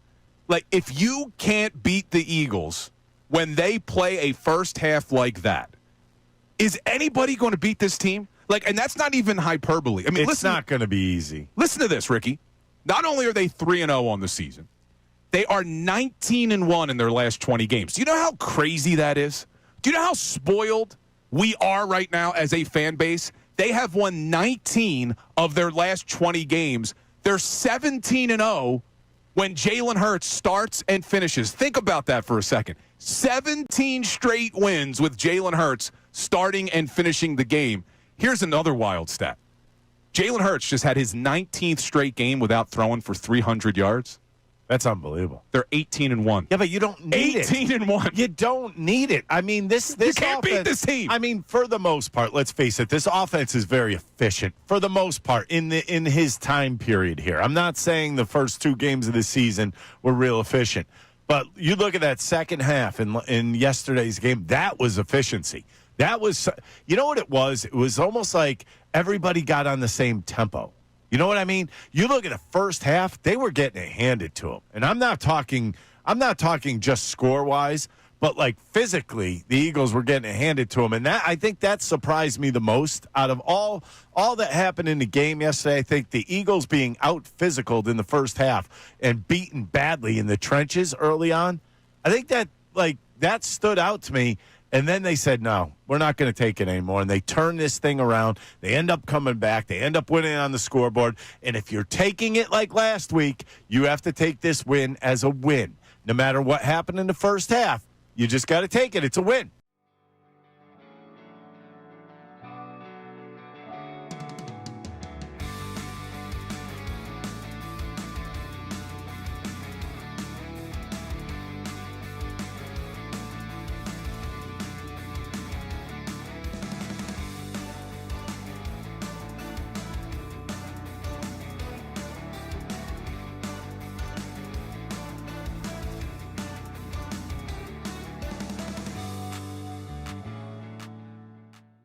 After that strip sack, the Rams score. It's 26-7.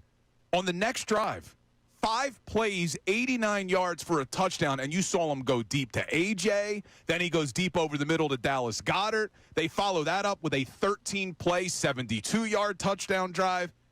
But for me, I mean, the best part of the whole day, that final drive in the fourth quarter, 17 plays, 91 yards. Do you know they picked up 4 third-down conversions on that drive? Yep. And a fourth-down touchdown pass to Devontae Smith. Oh, my Ice goodness. in the veins, man. Jaylen Hurts, this is why he's so damn good. This does not happen to a regular team. Let me put it this way. Almost every other team in the league not necessarily quits, but kind of goes on cruise control. Instead, they were like, you know what? We got to find our offense now. Let's kick it in gear. Let's see what happens.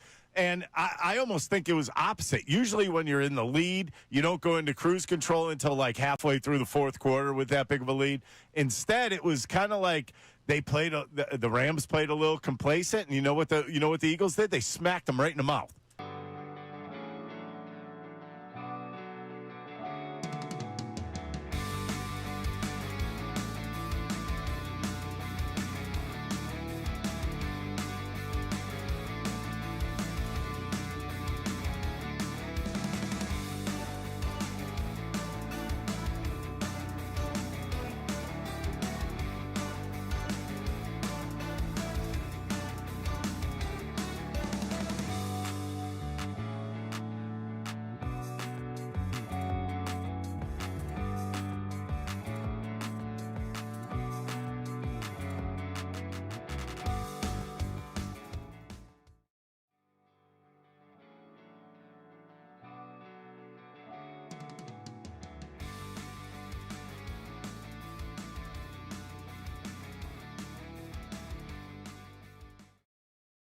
The 11 o'clock hour here on 97.5 The Fanatic. I'm Ray Dunn hanging out with you, getting you ready for Bucks and Birds coming up on Sunday, and getting a chance today to get into a lot of the game, because tomorrow, big day for us tomorrow here on the Middays program. We are going to be making our way over to Camden going down to the Sixers facility. It's Sixers Media Day. Looking forward to that. We're stealing Connor Thomas from the morning show.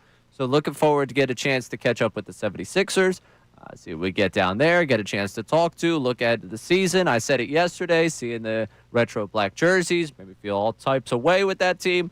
So I'm excited to get down there, get over to Camden, and get a chance to be a part of all the action down there at Sixers Media Day. I think Billy C. might be stopping down there to hang out for a little bit. Amy Fadul, not going to be too far from us, getting everything set up with NBC Sports Philadelphia. So looking forward to tomorrow down there at Sixers Media Day and getting ready to go for that. So that's why a lot of today, more so than maybe we would on a Thursday, is diving into this game this weekend between the Eagles and the Buccaneers. And for that, we want to go to the Tampa Bay side of things here. And the man who covers this team for the Tampa Bay Times, had him on the show a number of times, which means the Buccaneers' record when he comes on the show also probably pretty good. It is the one, the only Rick Stroud joining us on the Comcast Business Hotline. Rick, how are you?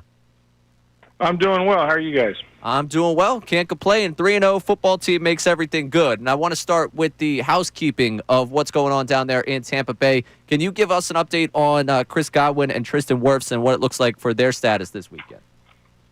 Yeah, I think they're both going to be questionable. This will go into the weekend, obviously. They've had a program with Wirfs and with Chris Godwin for a while since the season started where they practice about 2 days a week. Like today, for example, Godwin is not practicing. I wouldn't take that as a setback or anything like that. Worse is, I really don't have a feel. If I had to guess, just the way they're talking, that Godwin will be a go, and it's a little easier there because obviously he's not going to play every offensive snap. Whereas if Tristan goes, he's going to be expected to play left tackle every down. So still waiting on that confirmation. But if you really needed an answer, I would expect there's a decent likelihood, maybe more than 50% chance that they're both playing on Sunday. Looking at the big picture of this game, we've seen over the last couple of years, the Buccaneers have a good amount of success against this Eagles team, despite the fact that the Eagles have had a great amount of success against pretty much everyone else. What do you most attribute to that from a Buccaneer side of things? Well, I think Todd Bowles has done a good job scheming up some things. They've stopped the run predominantly. I know that Saquon's hurt him in the pass game a few times. They seem to have, kept Jaylen Hurts, from hurting him too bad with his legs. I know one game, I don't think they had the receivers that were healthy at the time. So, every game has its own story, but there really is no rhyme or reason to it. It's just, on that particular day, maybe the Bucs were just a little bit better. But I think you got to give Todd Bowles a lot of credit because there's a lot to defend on that side of the ball. And then, offensively, this team has, gotten better each year, but they've had a whole bunch of different coordinators. And really right now they've been kind of obliterated with injuries, especially on the offensive line that I think's held them back. But their quarterback obviously has played at a really high level. He's got the 3 comebacks in the final minute. And that's never happened, right, to start a season since the 1970 merger. So he's doing some special things. There's a lot of belief with this team. They've won 4 straight division titles. They've been in the playoffs 5 straight years. So I think the expectations are high, and yet, they're dealing with massive injuries, including to their best offensive player in history, which is Mike Evans. And jumping one more thing into this idea of the Bucs and the Eagles over the last couple of years, A.J. Brown said it was probably fair to assess that the Buccaneers have had this Eagles team's number. You talk about the confidence this Tampa Bay team has from winning the 4 divisions. Is there any sense within that room of an added sense of confidence going to this one, given what they've been able to do to the Eagles in the past?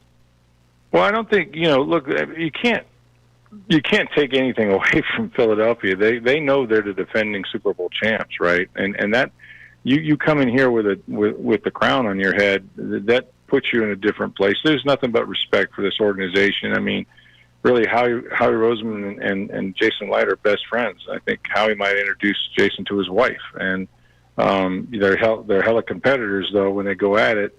So there's, it's a long established history going way back if you want to, 2002 and places that Eagle fans probably don't want to remember. But before that, the Eagles had the Bucs number, and it's just 2 great organizations. I think that they've gone back and forth at various times, and I think they're 2 of the better teams in the NFC. But the Bucs, will have the measuring stick out and try to see, where they measure up with the Eagles because they are defending champions. And I think that's sort of their inspiration for this week. Not that you need them; they're all important games, but they haven't played a complete game. You know, ton of penalties last week. Almost gave that game away. Shouldn't have come down to a 2-minute drill, and so they got a lot of cleaning up to do. And just really right now, just trying to hang on and move forward with all these injuries. We're talking to Rick Stroud here from the Tampa Bay Times. And you mentioned that game. It was kind of in succession across the NFL schedule calendar over on Sunday of the way things ended for the Eagles and the way everything worked out for the Buccaneers. Mm-hmm. Special teams-wise, what's the preparation this week, given the fact you saw a blocked kick on that side for the Buccaneers, and then you saw what the Eagles were able to do to end that game and keep themselves in that game with a pair of blocked kicks?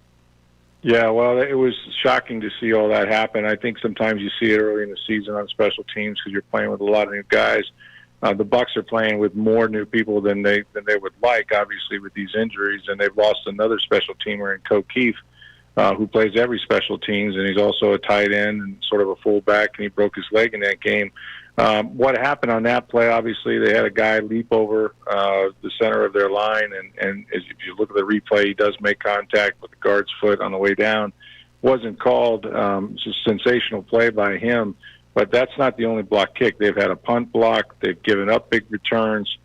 They've missed a lot of field goals until last week when Chase McLaughlin, made 5, I believe, in the game. So their special teams is not a strength of theirs right now, and I think an awful lot of it has to do with just the injuries. And you're replacing players with guys that are getting their first taste of the NFL. Looking at the offense for this team, you mentioned just what Baker's had to carry on his shoulders. How do you assess where this offense for the Buccaneers is at in the early going of the season and where it's going to be without one of its biggest weapons in Mike Evans?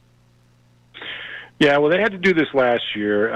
Mike has had these chronic hamstring injuries before, and he missed really, you could say, 4 games. I know he hurt it in New Orleans fairly early on. He tried to play the next week at Baltimore, re-injured it, and then, from that point, then he missed 3 more games. And even though they managed to score, 24, 25 points a game without him or Godwin, because Godwin was hurt against in the Baltimore game as well, they lost all 4 games, and you can't, there's no way to quantify what Chris Godwin or what Mike Evans means to this offense, because quite simply, the offense runs through him. He is going to dictate coverage. When you watch the throw in Atlanta that Baker makes to Emeka Egbuka, that's all because of Mike Evans and the safety coming down to cover the dig route. And, he's going to get a lot of attention, and so you're able to account for the defense that you're going to get.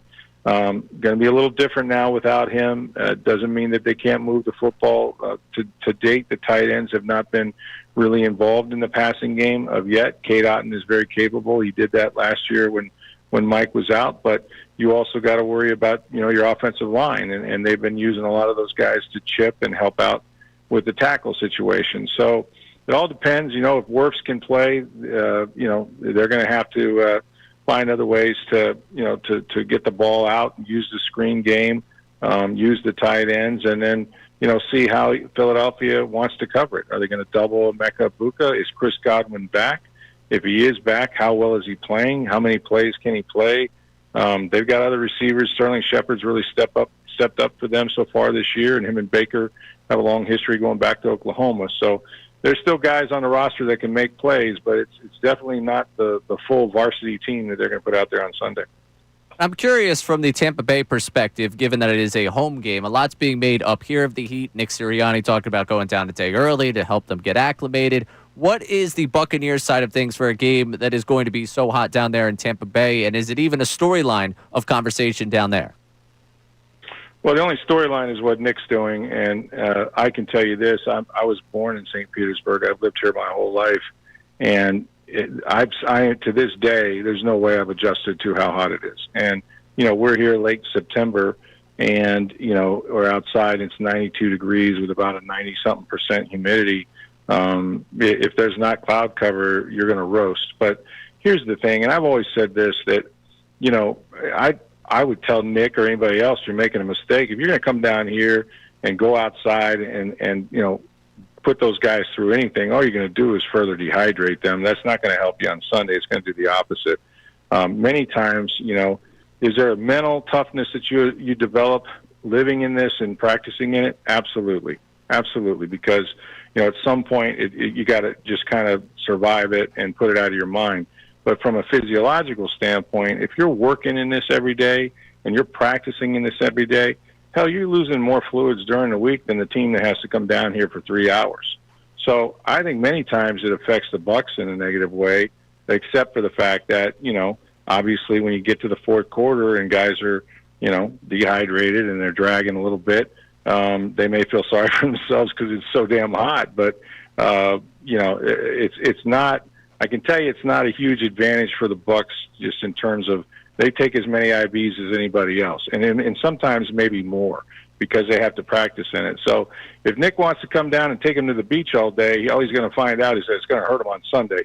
There's no adjusting to this in one day, in 1 month, in 1 year. It is what it is, and the more fluids you have going in, the better off you're going to be. I can tell you that a number of Philadelphians making the trip are going to make it to the beach the day early for that one. I don't know about Sirianni and crew.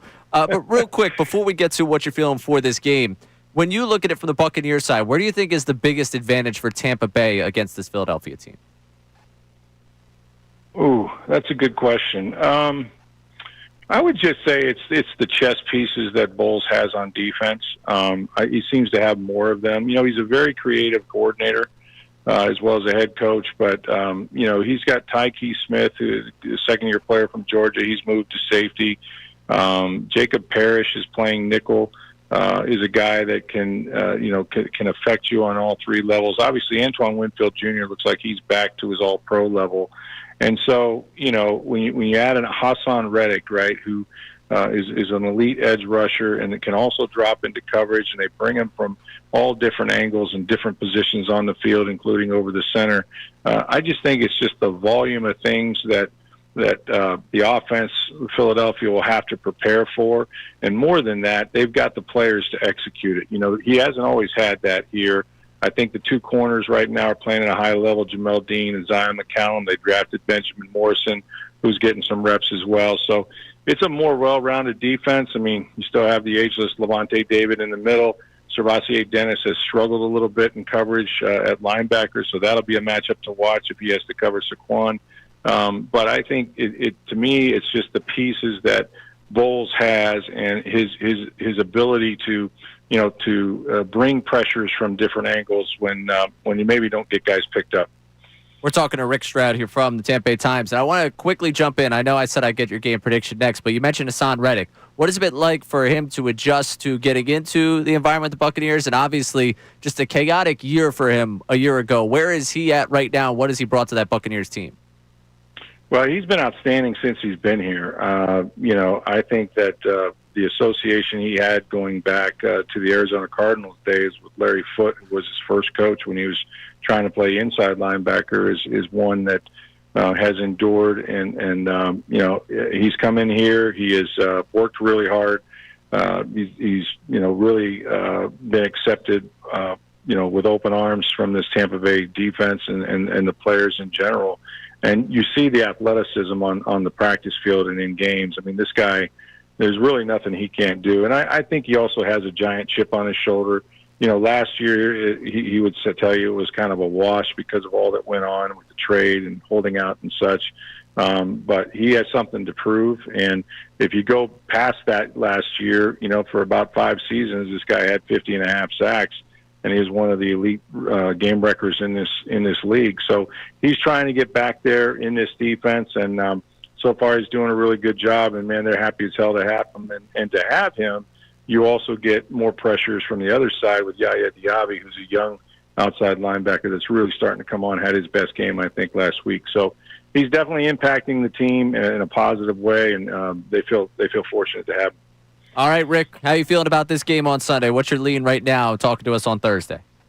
Yeah, I'm not good at picking games, and I'm not sure I should be picking them. I would say this, that, sometimes when you win games in the last second, it does build belief, but you're also kind of walking on coals. You know what I mean? Like it's going to get you.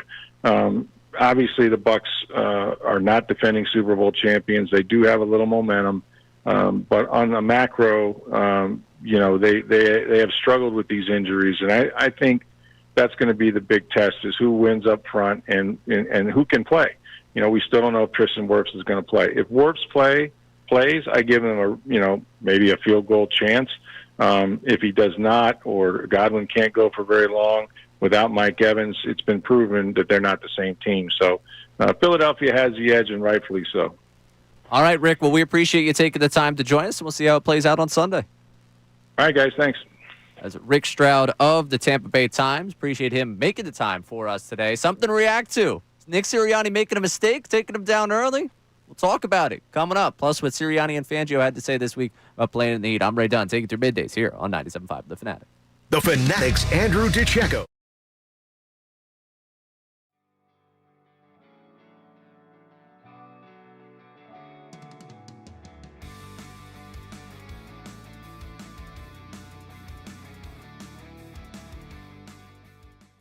I think it was the craziest Eagles game I've ever seen.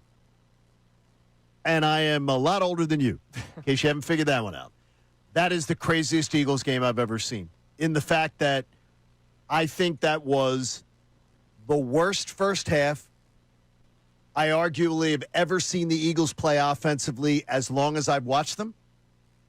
And that was the most amazing second half turnaround that I potentially have ever seen. The one game I'll rival is Eagles-Giants miracle at the Meadowlands, the multiple touchdowns which in was the third, the Michael quarter. Vick fourth quarter. Deshaun Jackson punt which was return. crazy. Yeah. That was the problem is that the Eagles were in that other game didn't look as inept. The Giants defense had actually held them down in that Giant game. And in this first half yesterday, they looked inept. No, they looked inept and until Jaylen Hurts just had to take charge.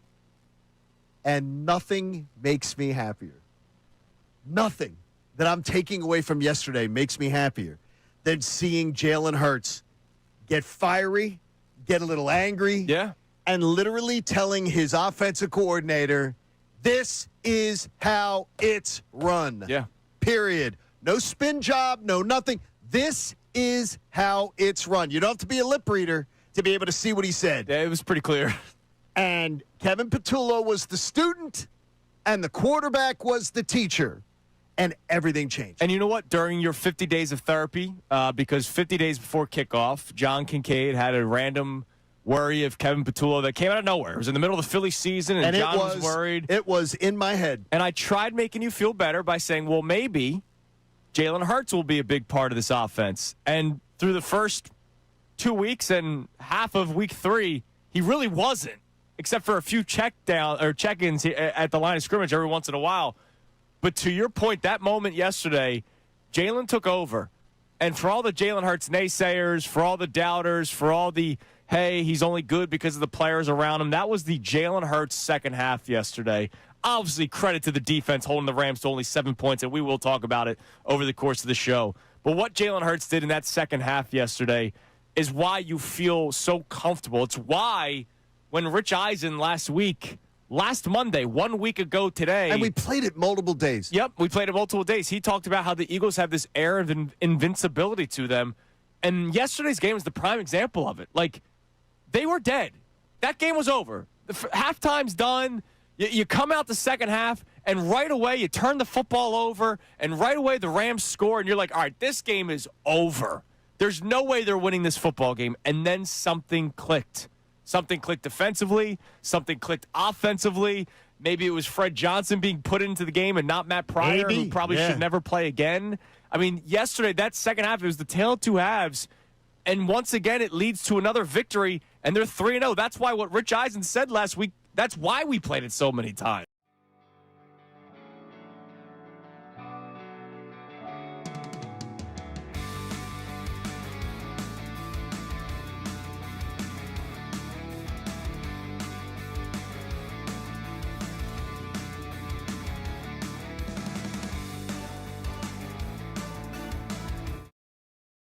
A Fanatic. I'm Ray Dunn hanging out with you. Appreciate Rick Stroud joining us from the Tampa Bay Times to talk about everything Buccaneers and Birds. You can listen to that conversation one more time at 975thefanatic.com. Podcast will be up in just a few moments. And I want to just dive into what he said about the Heat, but we will get a chance to get to the Eagles side of things with Olivia Reiner of the Philadelphia Inquirer just at the start of the 1 o'clock hour. I'll be interested to get her perspective on this because Sirianni decides, and he mentioned it this week, that they did work over the offseason to look into the science of the Heat, and they decide, all right, instead of traveling Saturday, traveling Friday, going down to Tampa early, which I'll be honest with you guys. Extra night in Tampa, I'm all in on. I like as a human being, if you're telling me I could spend a rainy September weekend in Philly or a sunny September weekend in Tampa, I'm taking the Friday night down in Tampa. I mean, that's common sense. But when it comes to the actual football side of things, I was really, I don't want to use the word perplexed, but kind of, by the way that they went about, hey, we're going to go through a walkthrough on Saturday and see how this works. And we had both Fangio and Sirianni address it this week, and the messaging was different. Let's start with the defensive coordinator, Vic Fangio, because Fangio basically is like, yeah, man, it's too late to acclimate to this. Well, it's too late to do anything right now for it as far as prepping for it. You don't practice in the heat one day and say you're acclimated or take a pill and say you're acclimated. The key will be, I mean, it's a mindset, number one. Number two, we need to not let them have 8, 10, 12 play drives on us. Which is interesting, given the way that they went bend, don't break last week. Like, he's basically saying we need some 3-and-outs. We can't let them run on us the way they ran on us last week. And I can guarantee you, this is my guarantee. I don't know if my friends over there at FanDuel Sportsbook are doing this, but if they could give us a prop bet for whether or not Vic Fangio will be in all sweats come Sunday, that man, during warm-ups, obviously he's going to go up into the booth and he'll be air-conditioned, but during warm-ups, I imagine, sweatshirt, sweatpants, he's sending the message. It's not that bad out here, boys. It's not that bad, all right? It is going to be that bad out there. The real feel is going to be like 100. But he is going to be sending that message. But he says it's too late to acclimate to it. So, okay, he believes that. They're doing the opposite. Why are they doing the opposite? Here's Nick Sirianni. Everything we do is to try to give ourselves the best chance, that our process is right to give ourselves the best chance to win. If your process is off, then you don't have as much of a chance. And so that was part of our process when we studied some things in the offseason with the heat and everything like that. Get out there a day earlier to acclimate, one less day, off the plane before you play a game. So those are a couple things to name a few. So he says that. We just talked to Rick Stroud of the Tampa Bay Times, who believes, hey, if you're out there Saturday, you're just dehydrating yourselves a day early. You're not going to get used to the heat. You're just going to deal with losing the hydration in the heat. And really, I don't know if I go all the way to the point of like where Rick is, and Rick also mentions that he sees it sometimes as a disadvantage for the Bucs because they're the ones training all week long in the heat. You'd be tired down by that. I don't go all the way to that end of things with him. But I do think adjusting the travel schedule here, I don't know if it necessarily hurts you, but I'm not really of the camp that I see it helping you that much. I get it's something different than what you did a season ago. Fangio's assessment of it is kind of my assessment of it, where it's like you get down there a day early just because you go through a walkthrough in the heat, you're just going to have to deal with it mentally on Sunday. I don't necessarily think that this is some cure-all to them. Like, pretty hot out here. All right, well, now I know what I have to deal with tomorrow. Like, you've been in 80-something, 90-something degree heat that's humid that makes you feel like it's 100 degrees before. We have been. Welcome to the Northeast. That's summer. You've done that before. Just any of them that played in the SEC, I feel like you played an August game at home in heat that was disgusting that against an FCS school that you didn't have to play the second half. Well, you're going to have to play the whole second half this time around in that disgusting heat. I don't necessarily believe, and think about it, back in high school, a lot of these guys, you start your workout back in August. Like, you've done this before. Obviously, maybe not this level of heat, but then again, last year, the game in Tampa Bay last September was that hot. Just going and experiencing hot weather doesn't necessarily make it okay. Like, if I was to do, sideline reporting for a 10-degree game, going out the day before and standing in 10-degree weather, I'd be like, this sucks. And then it's like, okay, well, you're going to go do it tomorrow. And, wow, look, this still sucks. Like, I don't know what they're going to gather other than showing up and being like, this is brutal. All right, well, now we sweat it out. Let's go back in. Like, maybe it's too simple to look at it. I'm not in the sports science the way they are. I don't have necessarily what they went through in this offseason. But to me, I kind of go with the Vic Fangio line of thinking of like, yeah, what do you mean we're going to get acclimated to it in one day? Good for you. You get an extra night in Tampa.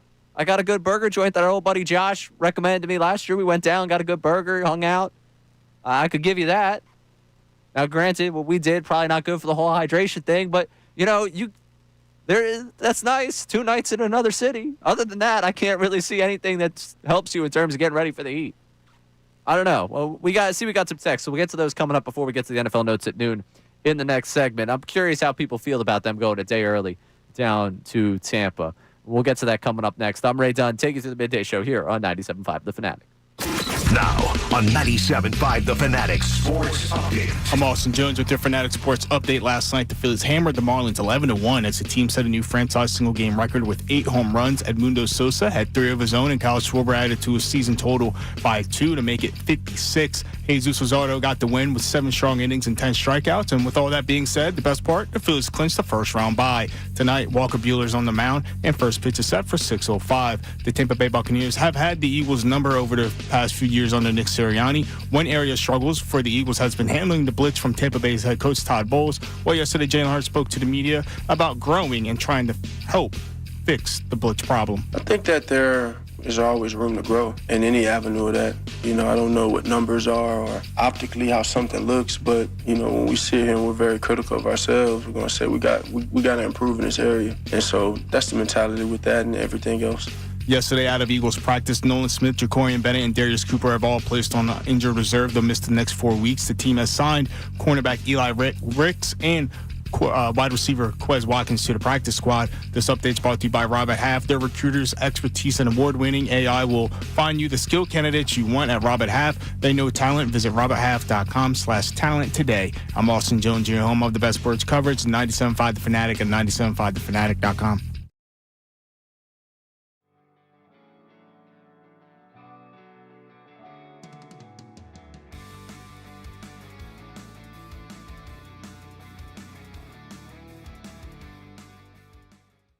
But I will say this. Like, if you can't beat the Eagles when they play a first half like that, is anybody going to beat this team? Like, and that's not even hyperbole. I mean, it's not going to be easy. Listen to this, Ricky. Not only are they 3-0 on the season, they are 19-1 in their last 20 games. Do you know how crazy that is? Do you know how spoiled we are right now as a fan base? They have won 19 of their last 20 games. They're 17-0 when Jaylen Hurts starts and finishes. Think about that for a second. 17 straight wins with Jaylen Hurts starting and finishing the game. Here's another wild stat. Jaylen Hurts just had his 19th straight game without throwing for 300 yards.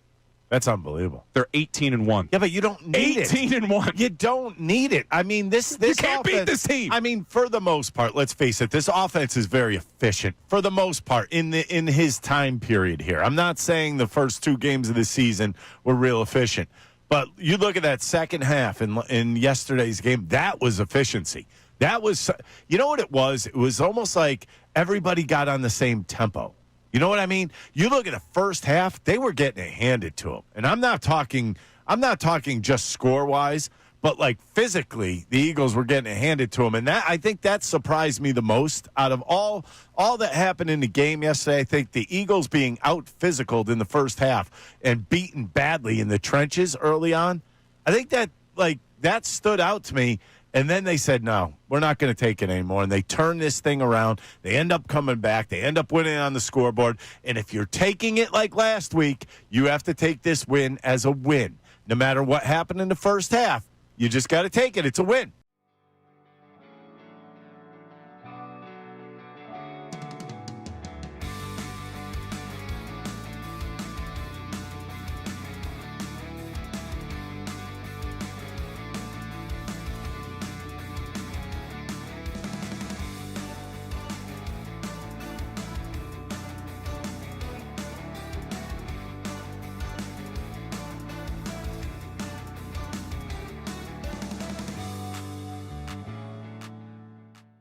After that strip sack, the Rams score. It's 26-7. On the next drive, 5 plays, 89 yards for a touchdown, and you saw him go deep to A.J., then he goes deep over the middle to Dallas Goedert. They follow that up with a 13-play, 72-yard touchdown drive. But for me, I mean, the best part of the whole day, that final drive in the fourth quarter, 17 plays, 91 yards. Do you know they picked up 4 third-down conversions on that drive? Yep. And a fourth-down touchdown pass to Devontae Smith. Oh, my Ice goodness. in the veins, man. Jaylen Hurts, this is why he's so damn good. This does not happen to a regular team. Let me put it this way.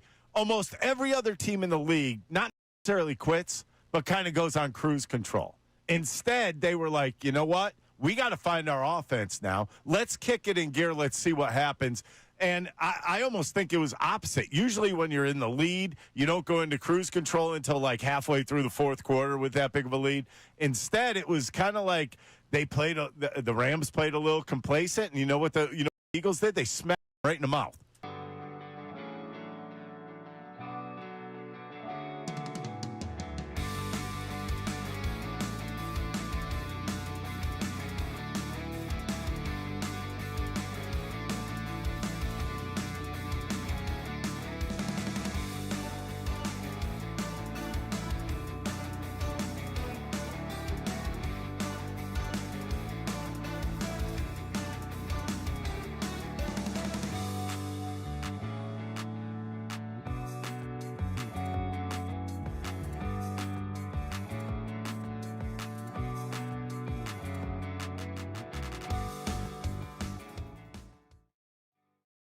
I'm Ray Dunn on WPEN HD1, Burlington, Philadelphia, Beasley Media Group Station, broadcasting live from the Comcast Business Studio, powering possibilities. I heard that unfiltered promotion. I just keep seeing, everyone keeps on my timeline. I keep seeing, 4:30, so 4:30, just special guest in with them, 4:30 in studio today on Unfiltered. You know Billy C. When he gets to promote something, he gets to promoting something. He lets the people know. He's probably going to wear like size small polo today, you think? Yeah, for sure. I mean, he doesn't wear anything but size small, so it makes sense on his part. And I know I saw people saying that Dr. Mike the Switch is who they're expecting today at 4:30. I cannot confirm nor deny Dr. Mike the Switch in studio with them at 4:30 to give you an injury update on what's going on with this Eagles team right now, because they put 3 guys on injured reserve. Yeah, Bill, I don't know if you have any decorum here. I'm trying to do a program. I make fun of my shirt? Yeah, it is a small. It's a small. It's a small. Good to see you, by the way. You're an hour later than usual. Is everything okay? Oh, God. You know what bothers me about that afternoon crew? There is no sense of boundary. If I stepped into the studio ever, while they're live on NBC Sports Philadelphia, there would be 6 armed guards that would come and remove me from that studio and from the premises for even daring to disrupt the television program going on. There would be people I didn't even know it worked here would pop out, grab me, and throw me out into the street if I even dared come anywhere near coming into the studio. Forget walking by the back of the studio, because even then, don't forget, go all the way around. Don't get in the background. People don't want to see you behind Ricky Pitalico. But no, when they do it, it's like, oh, look, it's just a funny that Bill's walking in. Oh, yeah, I could just walk in, disrupt your show, do whatever I want. But so help me, if I even breathe anywhere near the studio after 2 o'clock, it's like, nope, don't disrupt. Don't disrupt. Those are your television stars. Ridiculous. Levels to it, right? There's levels. Yeah, apparently there is. Anyways, I got a special guest at 4:30. Good to see you, Bill. You're an hour behind prep. We got NFL Notes at noon coming up in a second here. First, let's get back to the text line because I want to hear what people have to say about the Heat. Yeah, so this texter comes in and says, if you lived in Florida after 2 years, it's medically proven that the human blood thins out, so they are more adapted to that type of environment. So medically proven over how long? 2 years. 2 years? So they're going 24 hours. Yeah, so they're saying that the people that are down there for 2 or more years have a much thinner blood than the individuals that come down to Tampa Bay, or I guess Florida in general. Okay, so Baker's hit that point where he's got, the adjustment. Yeah, that's probably why Mike Evans has, almost Hall of Fame games against the Eagles, I guess. Yeah. I mean, all right, so really Nick Sirianni should have brought them down to get ready for this game about 2 years ago. That's good. That's encouraging. Good thing they're going down a day early, though. Again, I'll send over that hamburger spot for you. It was a good spot, good food. Anyone else upset about the heat? Yeah, this is from Norm. I'm worried about the heat in Tampa Bay on Sunday. Feel like the temperature is going to be 103. Our heavier players don't fare too well in heat like that. I think it's all players. Yeah. I don't think you have to single out, the linemen. Well, they did talk about Carter's health, not shape. So it'd be good to see if he's in shape. Well, it's probably good for him to go down a day early. We know Slim JD's in shape. We know Slim JD is absolutely in shape right now. That's 18.59 miles an hour on that 61-yard touchdown. We definitely need to hydrate, though, folks. Hydrate's important. And that's important also for those that might be making the trip. All right? Listen, I know what you're thinking. Game's on Sunday. I go out Saturday. I have a full day of fun in front of me. If you're going down there, be careful. All right? Don't let Saturday's fun turn into the reason why you missed the game down there on Sunday. All right? That's a PSA for people out there. All right? A guy like me, always hydrate. But I know some of you don't love the hydration. Make sure you're mixing the water every once in a while, all right? I get the little Gatorade powder. Yep. I don't quite do the whole IV thing, but, I like to get my electrolyte mixed in there. You need to do that. You might have to do the liquid IV there once you start approaching 30, right? I've almost hit that territory now. I know. I get the electrolyte mix going. I'm good with that. I'm just looking out for you, brother, man. Yeah, I do it pretty frequently. We can move on from this conversation, though. Get to the NFL notes at noon. Hit the music, Austin. All righty. So the Eagles are sitting pretty at 3-0. Much better than, some of the teams that are out there at 0-3. Mm-hmm. There are 6 teams there, right? That's tough life. These teams are the Titans, Texans, Jets, Dolphins, Saints, and the Giants. 6 teams now have made the postseason starting 0-3. That would be the 2018 Texans to be the last team to do so. So which one needs a win in the worst way? The Texans versus the Titans in Houston. Okay. Houston is -7 right now. Jets at the Dolphins. Dolphins are -2.5. Saints at the Bills. Bills are -15.5 for that game. And the Giants at Chargers. LA is -6. Who needs... the Texans are the only team out of that group that I think we had postseason projections for. So the Texans would be my choice in that matter. If they lose to the Titans, there's going to be hell to pay. Considering the Titans, we talked about yesterday, already making the offensive play caller change. Right. They're in the best spot to do it. They got the Titans. They have another 0-3 team. Take care of business this weekend and turn things around. Basically, your division is whether or not Indiana Jones continues to be as fun as it is, or the Jaguars stay relevant. Both those things, if we said before the season, you'd be shocked. So for sure. You still have a runway in front of you to get where you need to go, but you need to start it this week. And if they don't, and don't get any help along the way, this season's cooked, and they got a lot of things. I loved watching the C.J. Stroud clip circulate of him. I forget who he was trying to coach up post-game. I think it was Caleb Williams. Yes, like, hey, man, yes. Hey, you play good. And then, Caleb goes to walk away from him. He pulls him back like, I'm a veteran. It's like, no, you're in your second year, okay? Relax. You made some really nice throws last year, but let's relax on the whole. I know the ways of the league, all right?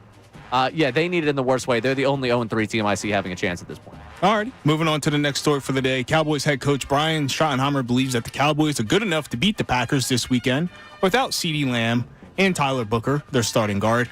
Mind you, the Cowboys are 0-3 when Lamb misses a game. And with Booker out, that means old friend Micah Parsons might have an easier day getting to Dak Prescott. Well, it's funny because they can't stop anyone's passing game right now. And a good way to stop a passing game is have a game-wrecking pass rusher. Obviously, they no longer have that. So very funny to see how that's worked out for them. Jordan Love, no matter how banged up that receiver court may be, is going to be my starting quarterback in a lot of fantasy leagues this week. That's mine. I think Matthew Golden might actually get the first-time start for me in a fantasy league this week because of the CeeDee Lamb injury. You're feeling risky over there. I'm feeling good about the Packers' chances this week. And also, apparently the Cowboys not doing the tribute video for Michael Parsons. That's weak sauce. That's weak. That is very weak by them. Yeah, you can feel like you have a chance because why show up to work if you don't? But this is go Pack go for me this weekend. I think the Packers take care of business. All righty. And right for this last one here, I just want to say we are getting older, okay? I know, every day. Every day. Because the NFL announced their first-year eligible nominees for the 2026 Pro Football Hall of Fame class. Here are some of the names. Drew Brees. Larry Fitzgerald, remind you, he has more career tackles than drops. Phillip Rivers, Jason Witten, Shady McCoy, Frank Gore are some of the names. Yeah. No, it's amazing. Shady being on there is interesting. He's a really good case study in where they're going to go running back wise for the future, just yards wise. I don't think he gets it, but he's a part of the list. Drew Brees eventually could get there. Fitz has to be a first ballot. You don't think Drew Brees is getting in first ballot? I think he probably does. Okay, but yeah, I think he has to be a first ballot. So yeah, Brees, Fitz, Gore. I don't know if Gore is going to get in first ballot. I think they're probably going to circle back and bring in Eli for his second year. Eli's the weird thing that happened that throws off what I think first ballot's going to be, because I just assumed a guy named Manning with 2 Super Bowl rings, and that was like in the top 10 of passing statistical categories would be in. I understand. Well, look at the career record. I get it, but that's me. I'm that guy. Well, no, I get it. I get that argument. But, I don't think, how I would vote. I think about how the voting would happen, and I just assumed the voting would take care of him. And then when they didn't, it kind of threw me off of, okay, whoa, what's going to happen the rest of the way? Because there's no way you're going to put Phillip Rivers in before Eli. No, you're not. Would be that would be crazy. Pretty funny, though. Pretty funny. All right, yeah, we'll see. We'll see how that one shakes out. But I appreciate that. Thank you. That is your NFL notes at noon. I want to get to more of the Heat conversation, the way people feel about them going down a day early, because I don't get it. Also, we're going to reset, get back to some of the Phillies conversation coming up next, because said it earlier, don't overthink this. Do not overthink this when it comes to the rotation. And also with that, probably leave someone off of that roster coming up. And the blitz, we've talked about quite a bit already today. How that impacts both what the Eagles do offensively, defensively. A lot more coming up for you here in the 12 o'clock hour. I'm Ray Dunn. Take you through the midday show here on 97.5 The Fanatic. Kincade.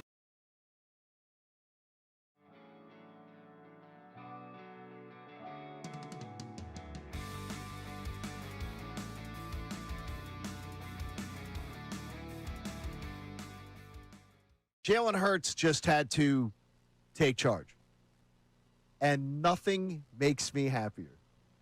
Nothing that I'm taking away from yesterday makes me happier than seeing Jaylen Hurts get fiery, get a little angry, and literally telling his offensive coordinator, this is how it's run. Yeah. Period. No spin job, no nothing. This is how it's run. You don't have to be a lip reader to be able to see what he said. Yeah, it was pretty clear. And Kevin Patullo was the student, and the quarterback was the teacher.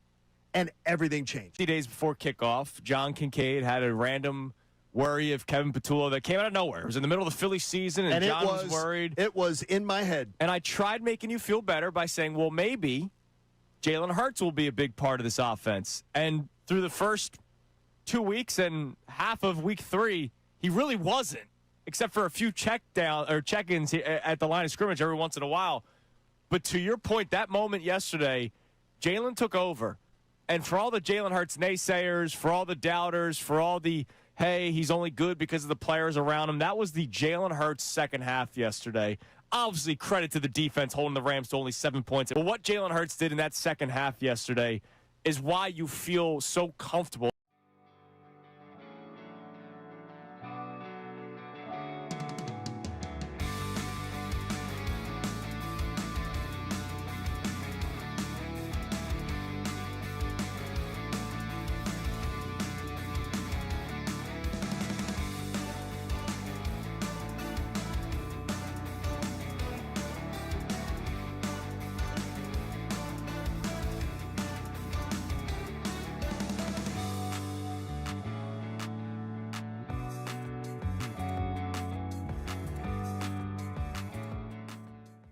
You can't beat the Eagles when they play a first half like that. Is anybody going to beat this team? And that's not even hyperbole. I mean, it's not going to be easy. Listen to this, Ricky. Not only are they 3-0 on the season, they are 19-1 in their last 20 games. Do you know how crazy that is? Do you know how spoiled we are right now as a fan base? They have won 19 of their last 20 games. They're 17-0 when Jaylen Hurts starts and finishes. Think about that for a second. 17 straight wins with Jaylen Hurts starting and finishing the game. Here's another wild stat. Jaylen Hurts just had his 19th straight game without throwing for 300 yards. That's unbelievable. They're 18-1. Yeah, but you don't need 18-1. You don't need it. I mean, this you can't beat this team.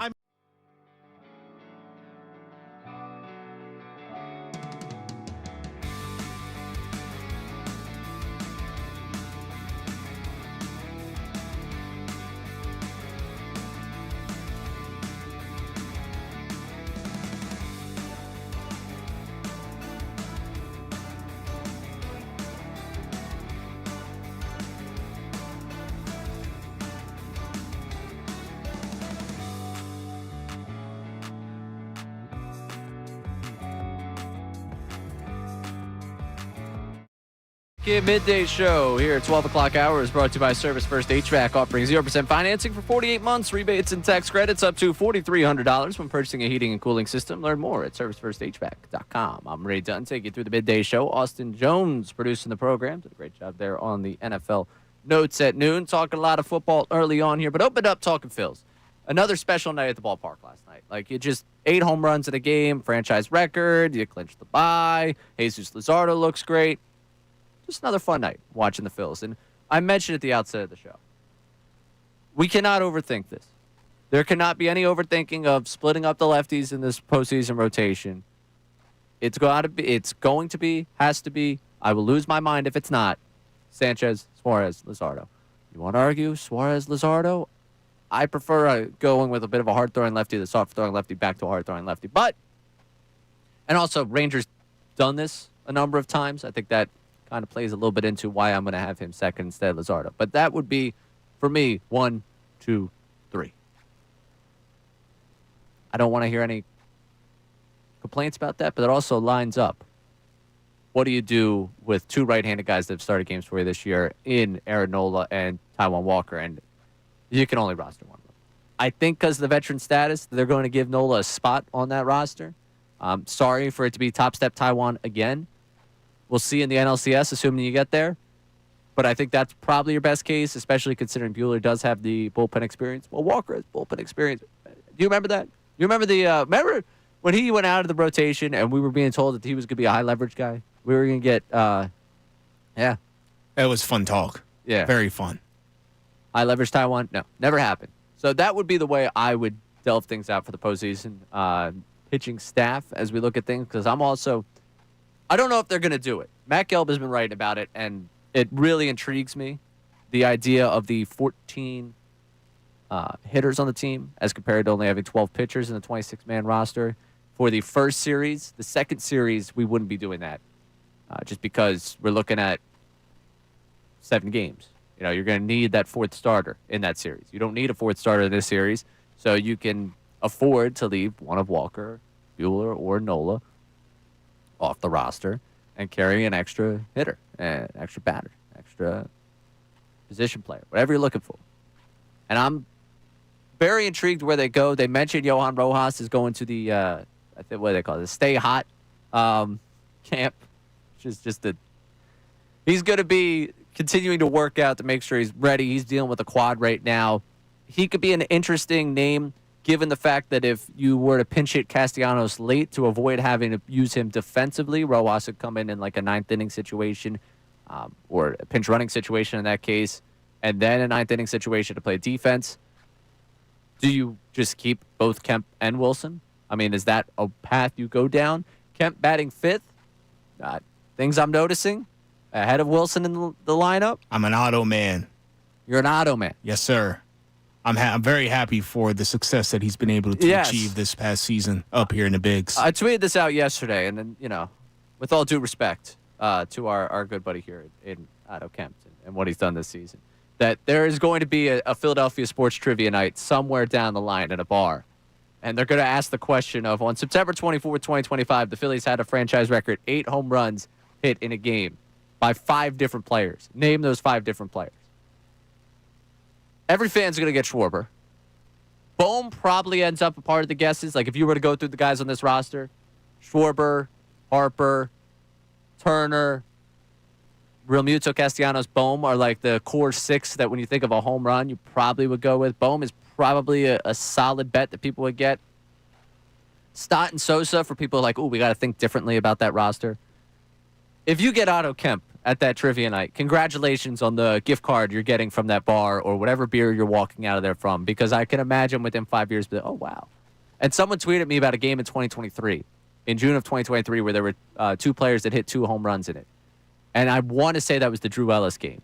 But I forgot to look it up last night because I think Schwarber and Drew Ellis had a game. Because I remember Drew Ellis had a 2 home run game. And it was of some significance where I remember that exactly that day being like, trivia question.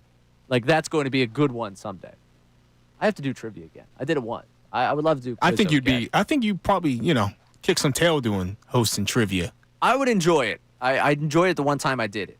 It's a lot of fun. It's a lot more fun, as you could see last week when we did the Name the Walk of Famer game.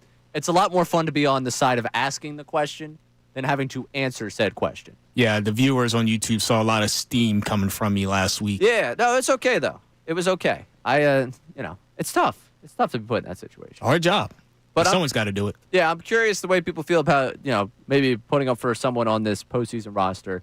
I know we've had to talk before about who the backup catcher would be on that postseason roster, just because it was interesting to me. Stubbs comes up in September, and you don't plan on either catcher participating at all in October, and he's the guy they call up. Could you have used an extra outfielder? Could you have used an extra right-handed bat? Yet they go with the third catcher. Just interesting to me. Something just things I'm noticing. Marshawn's been the one that's been the backup throughout all of September. I would imagine it stays the same, but just something I'm noticing. Keep the vibes up. Or maybe there's a mix in the works. I don't know. So, I'm just saying. So I'm interested to see what they do. If anyone has strong roster takes on that one, we can get into that as well. But I want to get back. We got more people chiming in on the Heat and what people feel about the Eagles going down a day early to Tampa Bay. What are people saying about the Heat down there? This is from Marshall from Florida. He said, I've lived down here for 6 years. In my opinion, you never get used to the heat down here. It's just brutal all the time. Well, that's good. That's good. I'm glad that we're talking about you're not getting used to something when they're going down a day early, supposedly, to get used to something. I just don't get it. I really don't get the use of it, other than just signaling that we're taking it seriously this year and we want to try something different. If all this is signaling, what are we doing this for? What are we doing this for?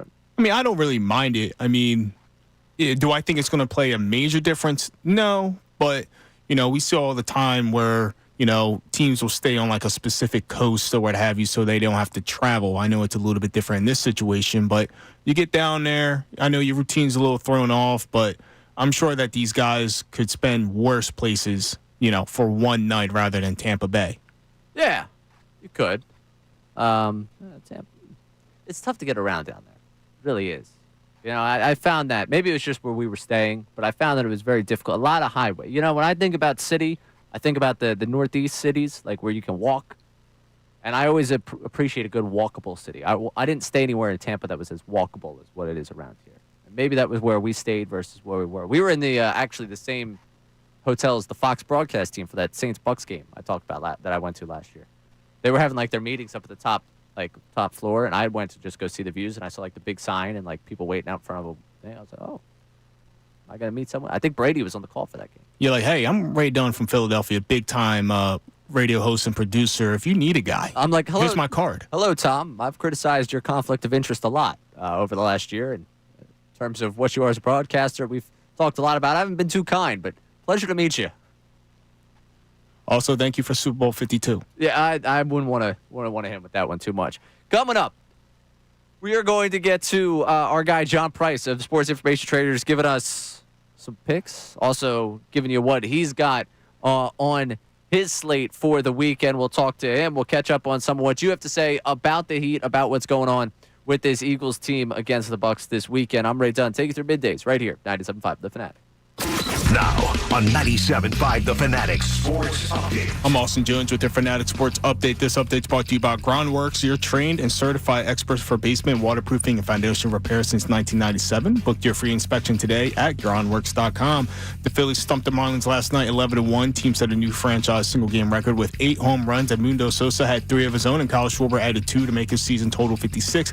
Jesus Soto got the win as he pitched 7 strong innings and had 10 strikeouts. And most importantly, the Phillies clinched the first-round bye. Tonight, Walker Buehler is on the mound. First pitch is set for 6:05. The Buccaneers have had the Eagles' number under Nick Sirianni in the Jaylen Hurts era, but one area of struggles for the Eagles has been handling the blitz from Tampa Bay. Yesterday, Jaylen Hurts spoke about how they can grow in handling the blitz. I think that there is always room to grow in any avenue of that. You know, I don't know what numbers are or optically how something looks, but, you know, when we sit here and we're very critical of ourselves, we're going to say we got to improve in this area. And so that's the mentality with that and everything else. Yesterday, some players from the Eagles landed on the injury report. Nolan Smith, Jacorian Bennett, and Darius Cooper all have been placed on injured reserve and will miss the next 4 weeks. This update's brought to you by Aleve. Traffic and body pain can slow you down, but don't let pain stop you. With just one pill, Aleve provides up to 12 hours of pain relief so you can keep moving. Use as directed. I'm Austin Jones, your home of the best sports coverage, 97.5 The Fanatic and 97.5thefanatic.com.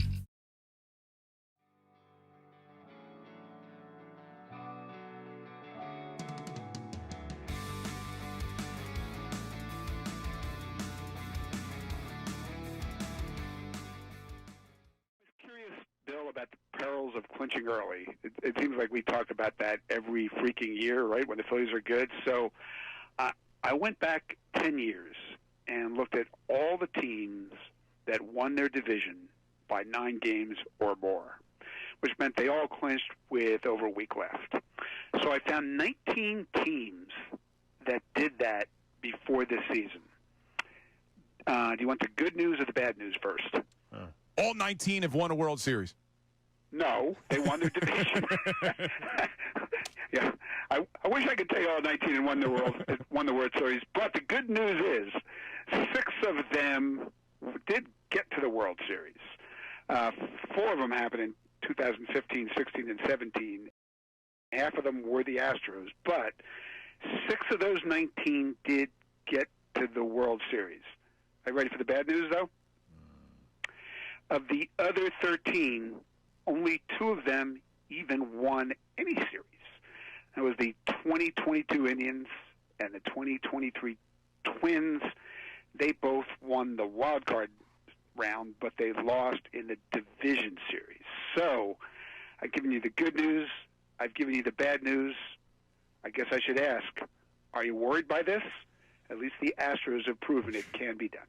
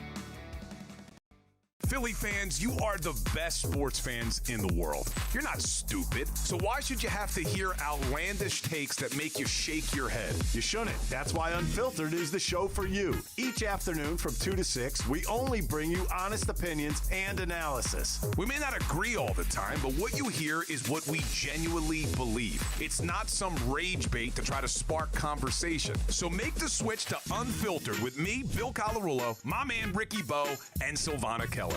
Every weekday at 2 p.m. right here on 97.5 The Fanatic and 97.5thefanatic.com.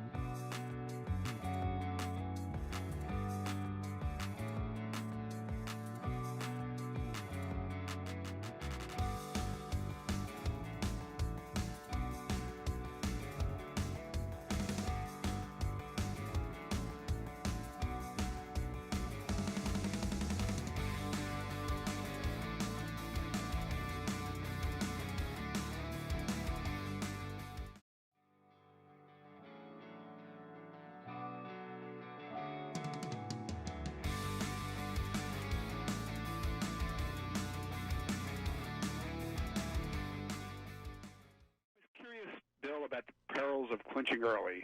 It seems like we talk about that every freaking year, right, when the Phillies are good. So I went back 10 years and looked at all the teams that won their division by 9 games or Midday show working our way through the 12 o'clock hour. Coming up in a few minutes, John Price of Sports Information Trader is going to join us.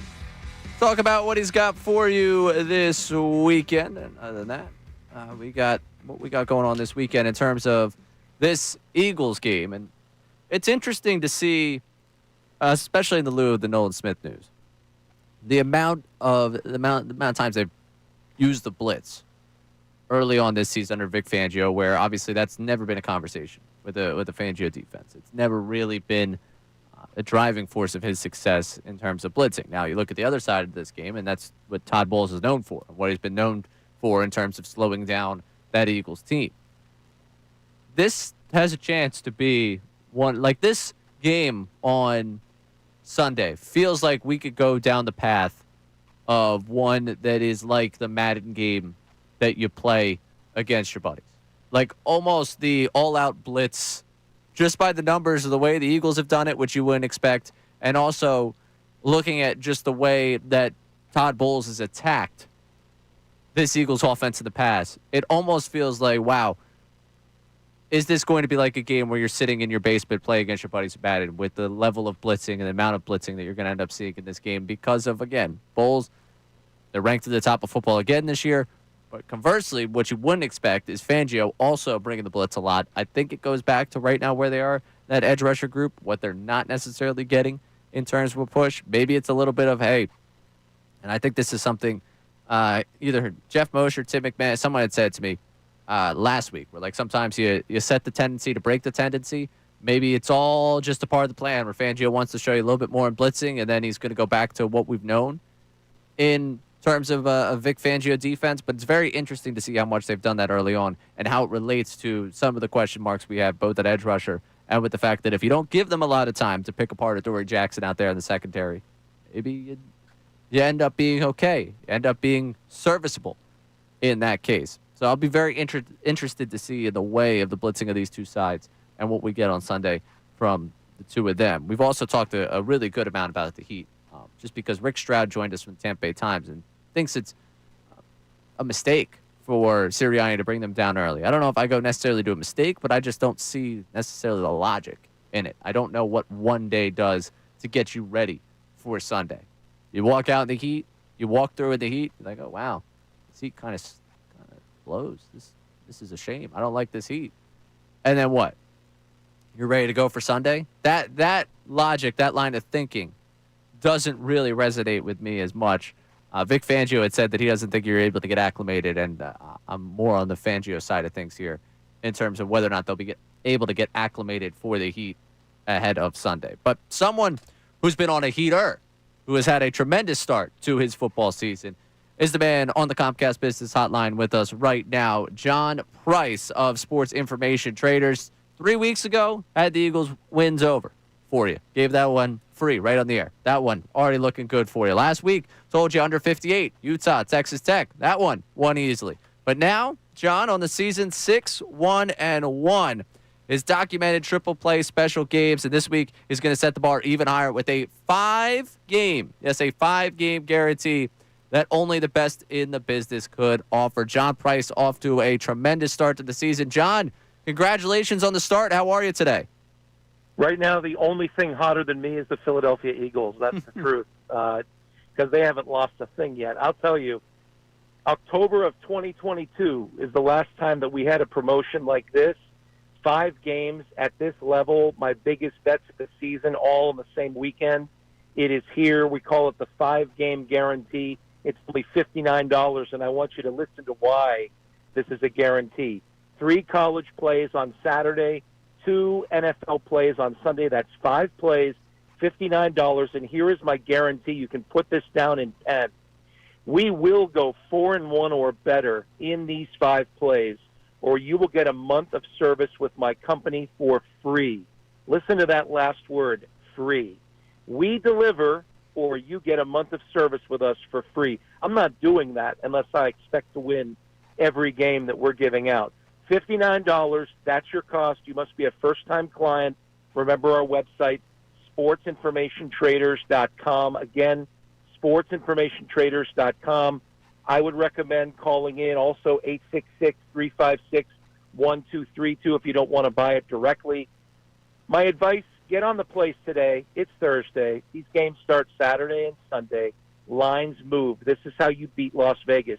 You get on Saturday's plays on Thursday, not on Saturday morning. Go to sportsinformationtraders.com. You'll see an option to purchase those 5 guaranteed picks at $59. Go to sportsinformationtraders.com. John Price of Sports Information Traders, and you heard him. 5 games this weekend. You can purchase them right now, $59 at sportsinformationtraders.com. You can call 866-356-1232. 4-1 or better, or you get a full month of service free with the company. This offer is for the first-time clients only. As John said, these game lines are going to move. They're going to move, so you want to get in on them today. Again, you guys 5 plays, sportsinformationtraders.com, or calling 866-356-1232. John, let's get your take on this Eagles-Bucks game this weekend. What play are you liking here?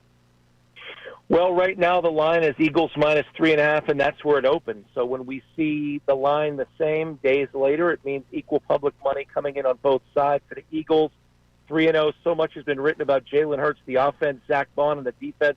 But last week, as you know, it was the special teams that earned the prime rib dinner after 2 block kicks sealed the win for Philadelphia. They'll face a Bucs team that I know everybody saw last week. They had a kick block that almost cost them the game against the Jets. Buccaneers, 3-0, comeback win over New York. Baker Mayfield is having a strong season, and Tampa is 7th in the NFL in rushing offense. They've been studying the Rams tape to figure out how they can leverage that Eagles defense. Listen, prediction-wise, it's normally tough for me to give Tampa Bay any points in their own stadium, but we're talking about the Philadelphia Eagles, and if you're paying attention, you know they have what it takes. I think they go into Tampa. I think they win this game, and I think they cover that 3.5 points. So my call here, take the Eagles minus 3.5 over the Buccaneers. That is a play you will watch guaranteed.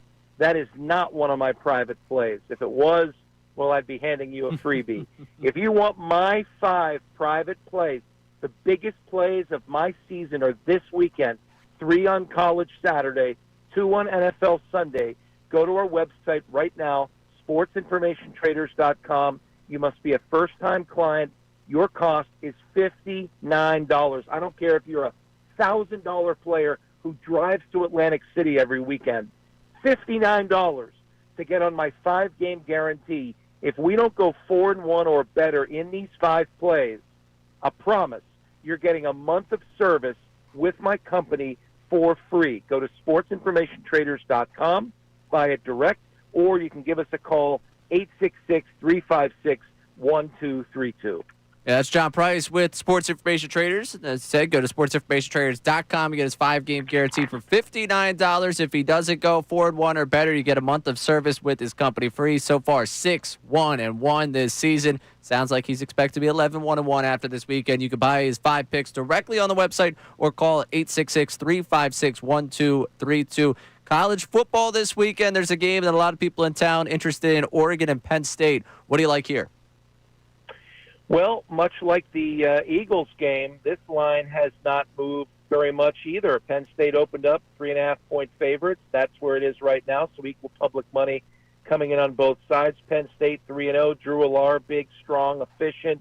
Penn State's defense is number 9 in the country in total defense, so they look like the total package of a team. Oregon 3-0. Dante Moore's an electric player, 11 TDs this year. The Ducks' rushing offense is 10th in the country. So they're going to try to play up-tempo this week. Now, those games at Penn State are just so much fun to watch, especially when it's snowing. But we're not getting snow, folks. It's going to be dry and a little bit nippy. I'm going to give you the prediction. I think this is going to be a very close football game in the end. Both teams have very different styles, but in the end, I think this will be a close football game. And if you're a Penn Stater and a fan of James Franklin, you know his record against top 25 teams is 17-26 career. So if you're a Penn State fan, you just need the win. Forget the cosmetics. You need a victory.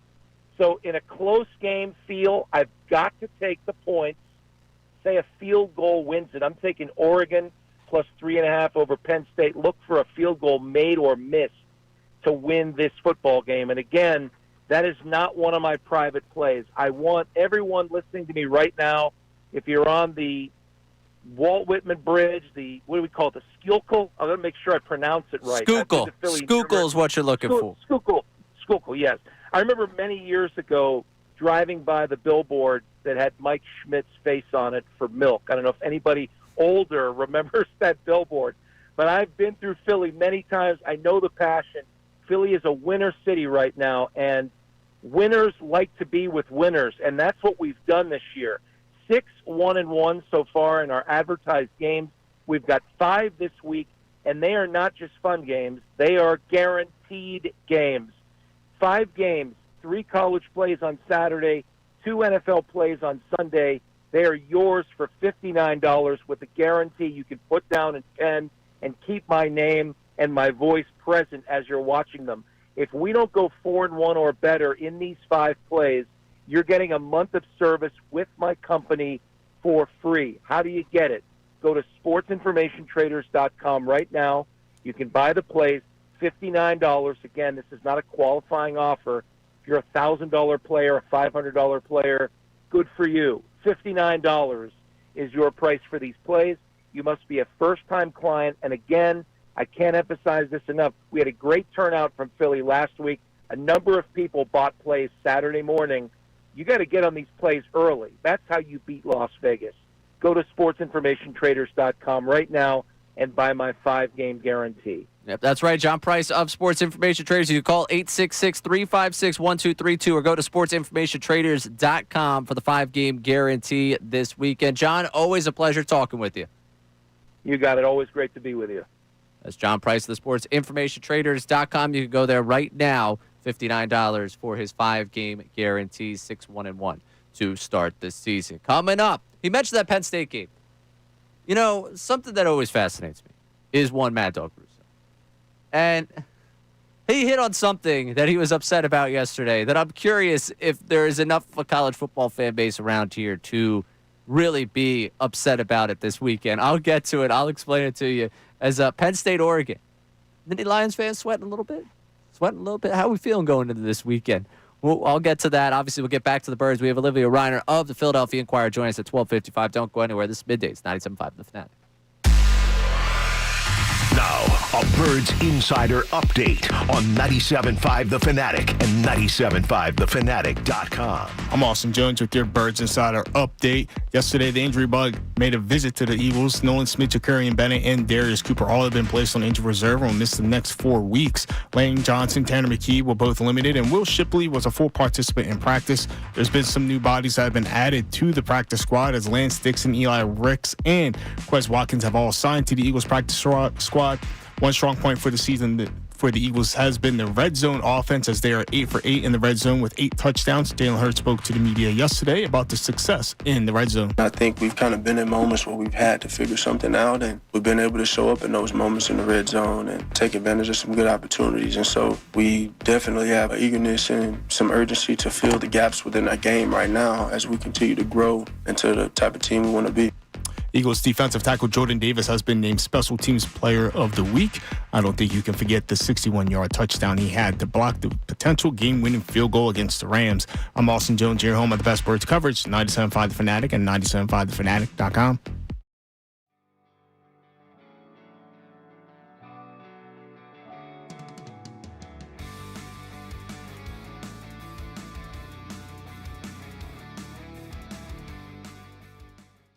This team's won 19 of 20 games. Adam, They had 17 passing yards in the first half. Adam, they were at the 2-minute warning. They were -2 passing yards. They were horrendous. It was atrocious. And guess what? As I put out in a tweet, and I'm glad you follow, I put every boo was earned and every cheer at the end of the game was deserved.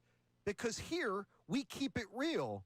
If you play like crap and below your expectations, you're going to hear it. And then when you deliver, you're going to hear it too. This isn't like Little League.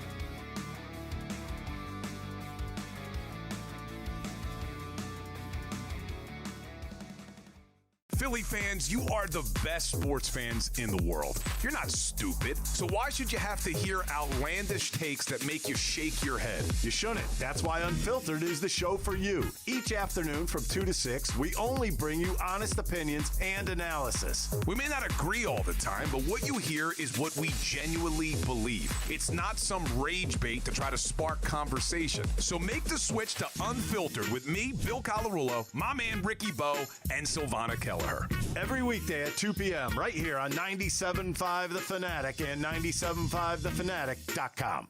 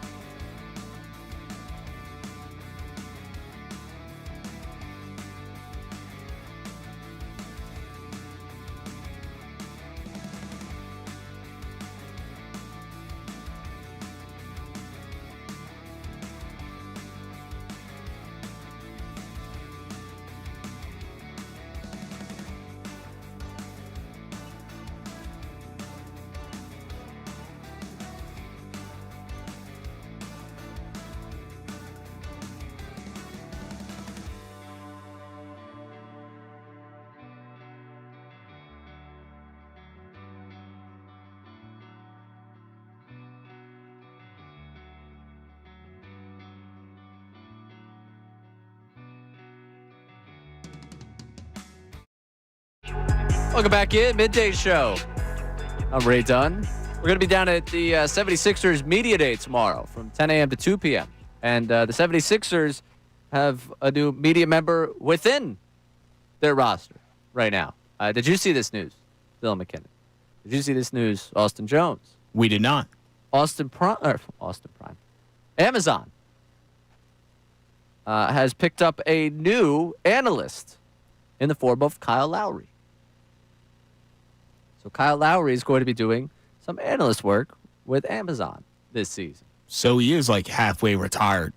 So yeah, I guess he's setting himself up for which Kyle Lowry, I think I always assumed he was going to go like full into retirement, like basketball mode, whether it be on the coaching side, whether it be on the broadcasting side. Like I always felt like he was one of those guys you just assumed, so respected across the league, was either going to jump into like a player development, like assistant coach type role, or he was going to go to one of these networks. But apparently, Kyle Lowry is joining the NBA on Prime family. So if we see him down there tomorrow, I have to ask him, hey man, doing some stuff for Prime? Why not? If you want to be a basketball analyst, flagship station right here. Yeah, stop on in, call in. Billy Guy, no, stop on it. Hang out, you know? We like to bring people in studio. Like today, Unfiltered at 4:30 has a special guest in studio.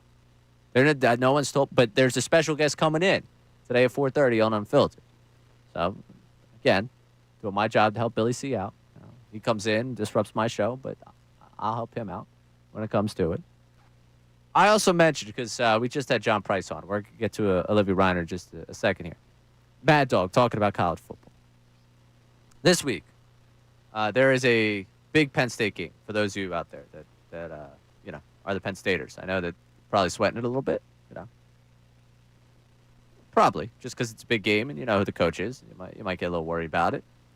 But this week, that game is at the same time as Alabama-Georgia, which is a brutal time for someone that just wants to casually watch. And for a lot of people around the country who just want to see chaos, you can't watch.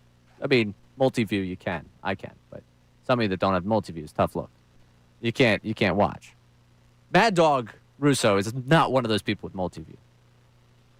Just a quintessential Mad Dog rant. And I needed to play this today because it it warms my heart just to listen to the man lose his mind over something like this. Ridiculous. It's the SEC, Big Ten, the best conferences. It's the two best games. Here it is, college football. Some weeks they give you absolutely nothing. You have no games to watch. FIU and Villanova, Penn State. You got nothing. Last week they gave you Michigan, Nebraska. Nobody cares. Miami, Florida. Nobody cares. They got two big games, and they put them on at the same time. Oh, my, what am I supposed to do? I don't want to be fooling around that. I'm going to be high anyway, and I don't want to be fooling around that. Don't be back at 7:30. Can't you let me just put the game on, put my little bracket on, and watch the football bet like crazy? And now I got to worry about when the commercials in. Fallon's over here. No Eagles over there. It drives you crazy. Put the games on separately when you got two big games. Put the games on separately when you have two big games. Also, just the visual of Christopher Russo high on his couch, curled under his blanket, upset that he has to grab the remote, or as he calls it, the gadget, to try and switch between two college football games is an incredible visual. Just a hilarious, hilarious visual. So to all of you out there, because I don't think I'm going to address it tomorrow, and quite frankly, this was about the amount of time I anticipated addressing it. Best of luck to the Nittany Lions this weekend against Oregon. I'm hoping that the whiteout prevails and that all works out up there. Because I'm looking forward to, I want unbeaten Ohio State, unbeaten Penn State colliding in November. That's what I want during the Eagles bye week. That's what I want for you. So I'm saying best of luck this weekend against Oregon. And best of luck to Mad Dog as he tries to navigate the channels on his television while high under a blanket on Saturday night. Coming up, we'll talk to Olivia Reiner of the Philadelphia Inquirer about the game we care about in this town this weekend. Birds, Bucks down there in Tampa Bay. Get her opinion on the Heat, certainly. The going down a day early, but also what she sees happening in this game this weekend. I'm Ray Dunn, taking you through middays here on 97.5 The Fanatic. Now on 97.5 The Fanatic Sports Update. I'm Austin Jones with your Fanatic Sports Update. This update is brought to you by Bet Parks Online Casino and Sportsbook. Live bet sports on the Bet Parks app and play all your favorite casino games. There's always another way to win on the Bet Parks Online Casino and Sportsbook app. Last night, the Phillies thumped the Marlins 11-1. Mundo Sosa had 3 home runs, and Kyle Schwarber had 2 to make his total 56 for the year. Jesus Luzardo got the win after having 7 strong innings and 10 strikeouts. And most importantly, the Phillies clinched the first round bye tonight. Walker Buehler's on the mound, and first pitch is set for 6:05. The Buccaneers have had the Eagles number under Nick Sirianni and Jaylen Hurts. One area of struggle for the Eagles has been handling the blitz from Tampa Bay. Yesterday, Jaylen Hurts spoke about how they can grow in handling the blitz. I think that there is always room to grow in any avenue of that. I don't know what numbers are or optically how something looks, but, when we sit here and we're very critical of ourselves, we're going to say we got to improve in this area. And so that's the mentality with that and everything else. Big news came out of Eagles practice yesterday as Nolan Smith, Jacorian Bennett, and Darius Cooper have all placed on injured reserve. They'll miss the next 4 weeks. This update's brought to you by King's Hawaiian Sliders. Eli Manning reminds you there's nothing like football and King's Hawaiian Sliders. King's Hawaiian Sliders make you winner on a game day. Pick them up this weekend in the bakery or deli section of your local grocery store. I'm Austin Jones, your home of the best birds coverage. 97.5 The Fanatic, 97.5thefanatic.com.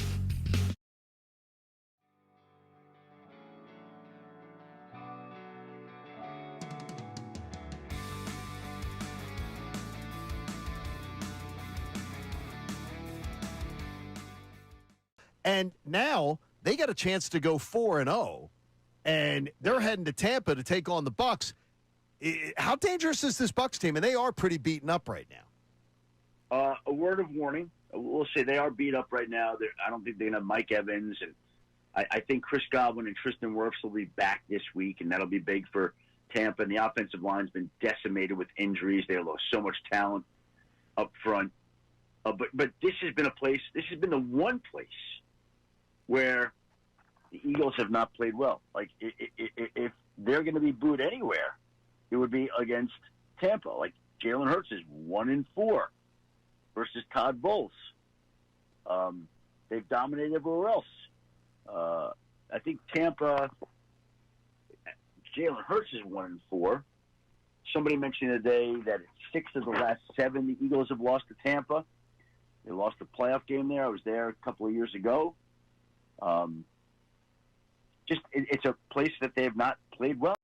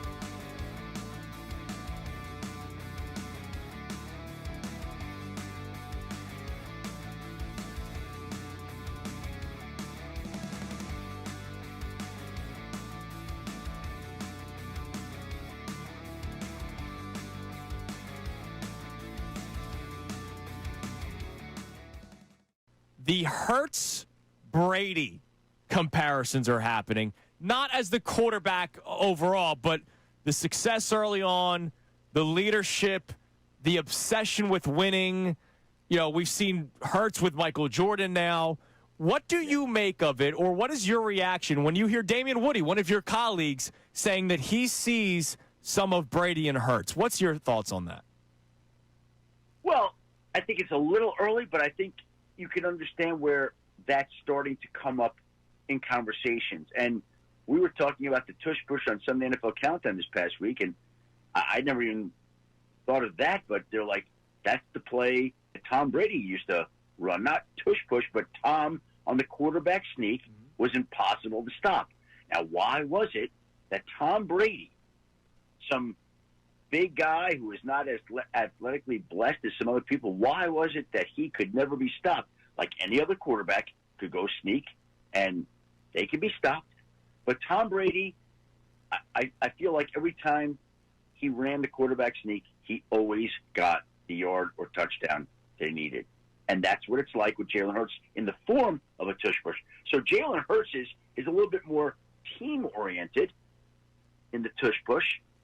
Tom's seem to be a little bit more individual. And I would say that the comparisons are a little bit like the plays that they ran on quarterback sneaks. Jaylen got a little help from his friends. Tom was a little bit more of a soloist, but they're both winners. They're both champions. They're both producers. They both get the job done. Jaylen's done it now once, though. One Super Bowl title, right? Yes. One, right? So, again, the more he wins, the more valid those comparisons. Broadcast live from the Comcast Business Studio, powering possibilities. I'm Ray Dunn, taking you through the Midday Show. It's someone we love to talk to on Thursdays to get us ready for the game ahead is the Philadelphia Inquirer's Olivia Reiner joins us right now on the Comcast Business Hotline. Olivia, how are you today? I'm doing well, Ray. It looks like we're getting a somewhat of a preview of the Tampa Bay weather here in Philadelphia. Not quite as hot, but definitely muggy and humid, which we're expecting on Sunday at Raymond James Stadium. So I'm not super thrilled about that personally, but it is what it is. You know who else isn't thrilled about that? Nick Sirianni. You led me perfectly into something I wanted to talk to you about. What do you make of them going down there a day early to try and acclimate to the heat? I'm not going to pretend I know the science of this, and I am sure they have had many people, many smarter people than me, look into this at the effects of the heat on their athletes' bodies and what it takes to acclimate to that weather. All I know is that whenever I am somewhere in a hot climate, it is just as brutal as the last time I was there, and I never get used to it. I don't really know. That's a big question I have. I don't really know what the benefit is of going out there a day early, which the Eagles are doing tomorrow. But that said, if they think it's going to help them, so be it. We'll see if that is the case, because the heat was a real issue for the Eagles last season. You think back to that Week 4 loss to the Tampa Bay Buccaneers, and one of the lasting images in my mind, and my colleague Jeff Nyberg wrote about this today, was DJ Gardner-Johnson in the cold tub outside of the Eagles locker room in the stadium getting an IV after the game. It was a really brutal, tough, brutally hot day for the Eagles and for the Buccaneers as well. But presumably they might be a little bit more used to playing in that heat. We'll see if it plays a role, if the Eagles are able to come up with some strategies to combat the heat on Sunday's game. Count me as a skeptic to being able to acclimate within 24 hours to the heat. But again, what do I know about sports science? I do want to get into, you wrote about the injuries that we all found out about yesterday from the Eagles, and two places on the defense where we talk about depth and what they have, edge rusher and cornerback. Well, those two positions are impacted. How deep is the impact, and where do you see the Eagles going right now without Nolan Smith and Jacorian Bennett for quite a few weeks here? Well, let's start with the outside linebacker spot. So, yes, Nolan Smith, I think that's a pretty substantial loss for the Eagles, especially for an Eagles defensive front that hasn't generated a ton of pressure on opposing quarterbacks this season. That not only is that a big part of what Nolan Smith does as an every down outside linebacker, but he's also been really sound against the run as well. And that really is kind of the bigger area of concern right now for this Eagles defense is their run defense. They have not fared very well to start the season. Granted, they have gone up against a very talented quarterback as far as his legs are concerned in Patrick Mahomes and some other things as well, of course, with Mahomes. But they're also going up against a talented scrambling quarterback this weekend in Baker Mayfield. So that's going to present issues for the Eagles defense as well. I think Nolan Smith going on injured reserve, not great, but the Eagles do have quite a few edge rushers on the active roster that haven't really had their opportunity to step up and to see any playing time, especially Obo Okoronkwo and Azeez Ojulari. Both of them have been inactive for all 3 games this season. Patrick Johnson was inactive last week. He was active the first 2 weeks. So they have a few bodies already in the room. I was curious if Zadarius Smith would be an option to see an increase in snaps, and I was talking to him about this yesterday in the locker room. And just kind of reading between the lines, it doesn't really sound like he's ready for more than 20 snaps a game just yet. He's been on the team for all of 2 weeks, and still learning the defense in some regards. He's got most of the nickel plays down, but he's still learning those base defense calls. So I'd be surprised to see a real uptick in snaps for him. Perhaps Josh Uche will see an increased role. But really, I think it's going to be filled by committee as far as some of those guys that have been on the active roster that haven't really had an opportunity yet. Who will be active on game day, I'm not quite sure. We'll find out soon enough. And then as far as Jacorian Bennett is concerned, we'll see if Adoree Jackson is able to go and practice today. He sustained a groin injury this past weekend, and he was not practicing yesterday, and that would indicate that if he is unable to go, that Keely Ringo would be the next man up. Now, of course, Ringo lost that starting outside cornerback job opposite Quinyon Mitchell in training camp to Jackson, and perhaps he will get the call on Sunday. We'll find out, but the Eagles have internal options. It's just a matter of can those options adequately replace the level of play that was ahead of them in the depth chart. And we'll find out if, especially as it relates to the cornerback situation, if we'll have to see Ringo, but we're definitely going to see some increased contributions down the depth chart from the edge rushers core on Sunday. Something we wanted to find out from this group is where that passing offense was. We found it in that second half on Sunday against the Rams. Being around the team this week, what are you taking from the idea of them being more aggressive, not playing as conservative, going into this matchup with the Buccaneers? Yeah, it's easier said than done, and this is a place where the Eagles have struggled to come out aggressive in the past for whatever reason, and I understand that it's not necessarily fair to be like, oh, just because the Eagles have lost, 3 of their 4 road matchups under Nick Sirianni against the Buccaneers, that indicates they're going to lose this weekend. It's a new team, it's a new offense, new personnel. It's unfair to do that. But that said, it's pretty glaring when in the first quarter of games, I think Tampa Bay has outscored the Eagles 52-10, something outrageous, a big disparity like that. So if the Eagles want to come out aggressive, they're really going to have to, prove it. And that's been something that they've struggled to do. I really feel like at the end of the day, the disparity between the first half and the second half has really come down to execution and players being on the same page. There's just, I feel like there are too many examples of miscues and especially like pass protection issues up front. In that first half, I feel like some of those things got ironed out in the second half, and they also just played a little bit more freely too.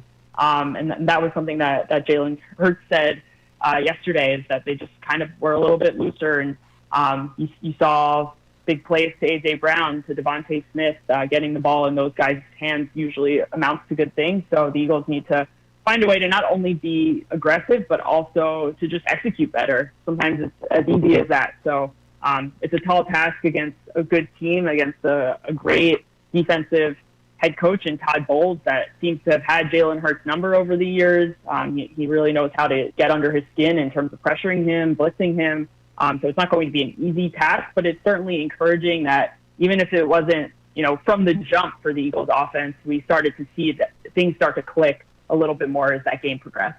We're talking to Olivia Reiner here from the Philadelphia Inquirer, and You mentioned there the pass protection that was not there against the Rams. What's been the conversation this week inside those four walls of the NovaCare Center, NovaCare Complex, about the ability to slow down what the Bucs may do blitzing you come Sunday?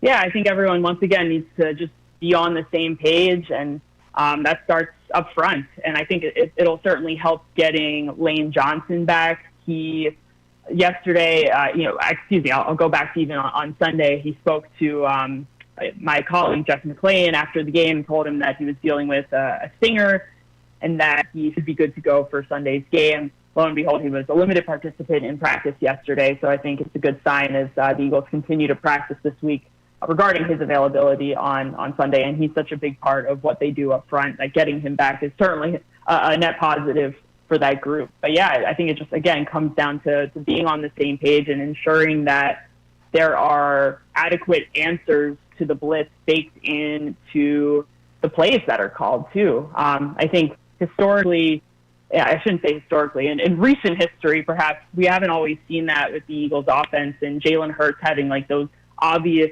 hot answers against the blitz, and obvious and easy too, answers that don't require him to push the ball down the field.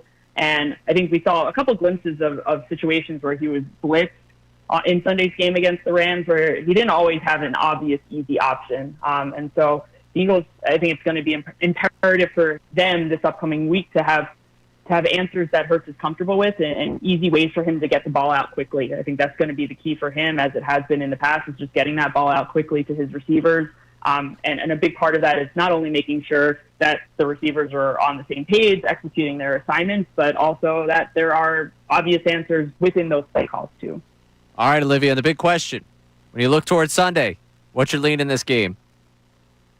We had this conversation last week, Ray, as you know, mm-hmm. And I picked the Rams last week, and barring a Jordan Davis field goal block, I could have been right, but I was wrong, and I will own that. I feel pretty bad picking against the Eagles this week, so I've learned my lesson.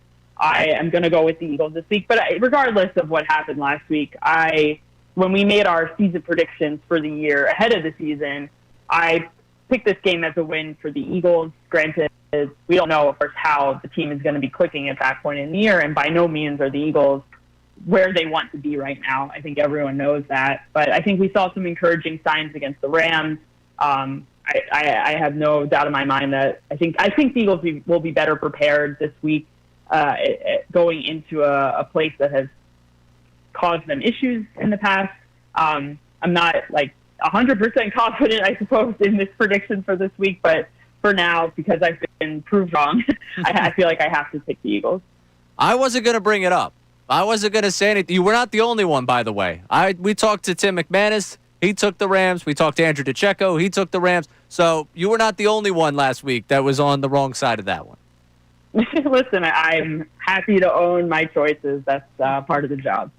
Well, we appreciate you taking the time to join us today. Olivia, always a pleasure talking with you. Of course, right. Anytime. Olivia Reiner there of the Philadelphia Inquirer, going with the Eagles. And I think that's like the line of thinking this week in terms of picking the Eagles is like, after you watch them win a game like that, when are you going to pick against them? It's kind of the tough thing that comes up. Like, I'm having that type of struggle right now. I'll let you guys peek behind the curtain here because I'm about 24 hours away from picking this game and getting ready to put together tomorrow's show, both about 76ers Media Day, which we will be there tomorrow in Camden. Looking forward to that. And also talking about the Eagles and Buccaneers. And, you're like, well, how do I do it? I just watched that game. Everyone, last week was like, that's what I kept saying. All the smart people in my life and Sean Rodman were picking the Rams. And it was like, what am I supposed to do here? Why you do that to Sean like that? I said it to his face. I could say it again on the air here. All right, coming up next, I want to get back to some baseball conversation. We'll reset some of the football conversation that we've got into. But Jason Stark was on with Unfiltered yesterday and talked about avoiding a certain team in the National League postseason. Is it inevitable that they'll see them? We'll talk about it coming up. I'm Ray Dunn. This is Middays, 97.5 The Fanatic. Hey, everybody, it's Bill Colarulo.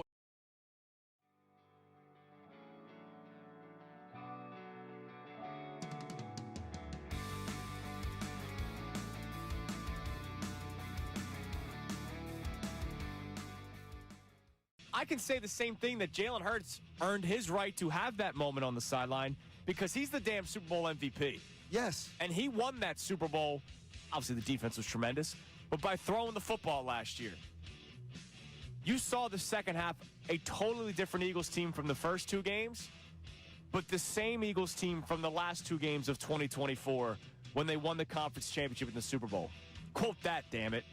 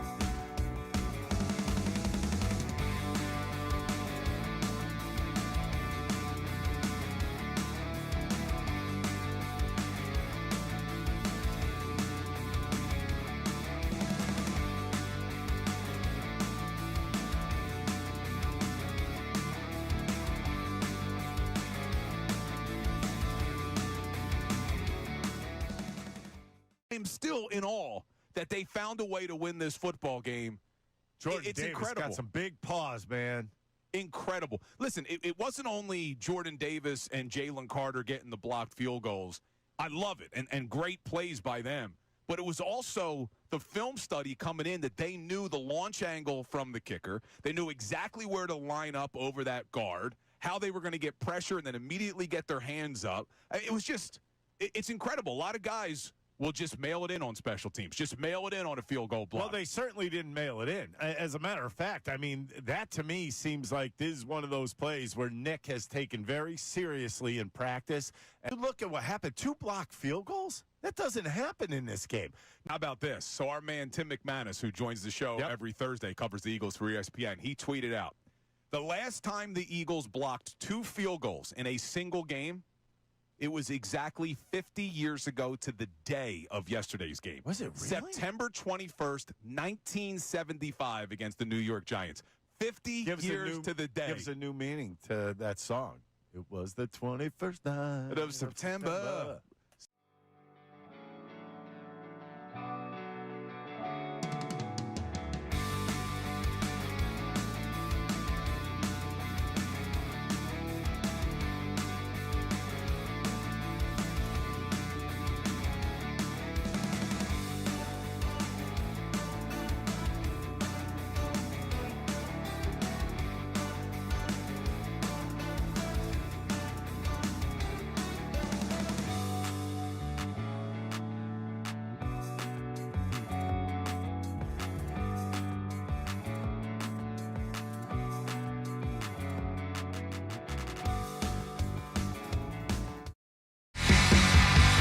Welcome back into the Midday Show here on 97.5 The Fanatic. I'm Ray Dunn.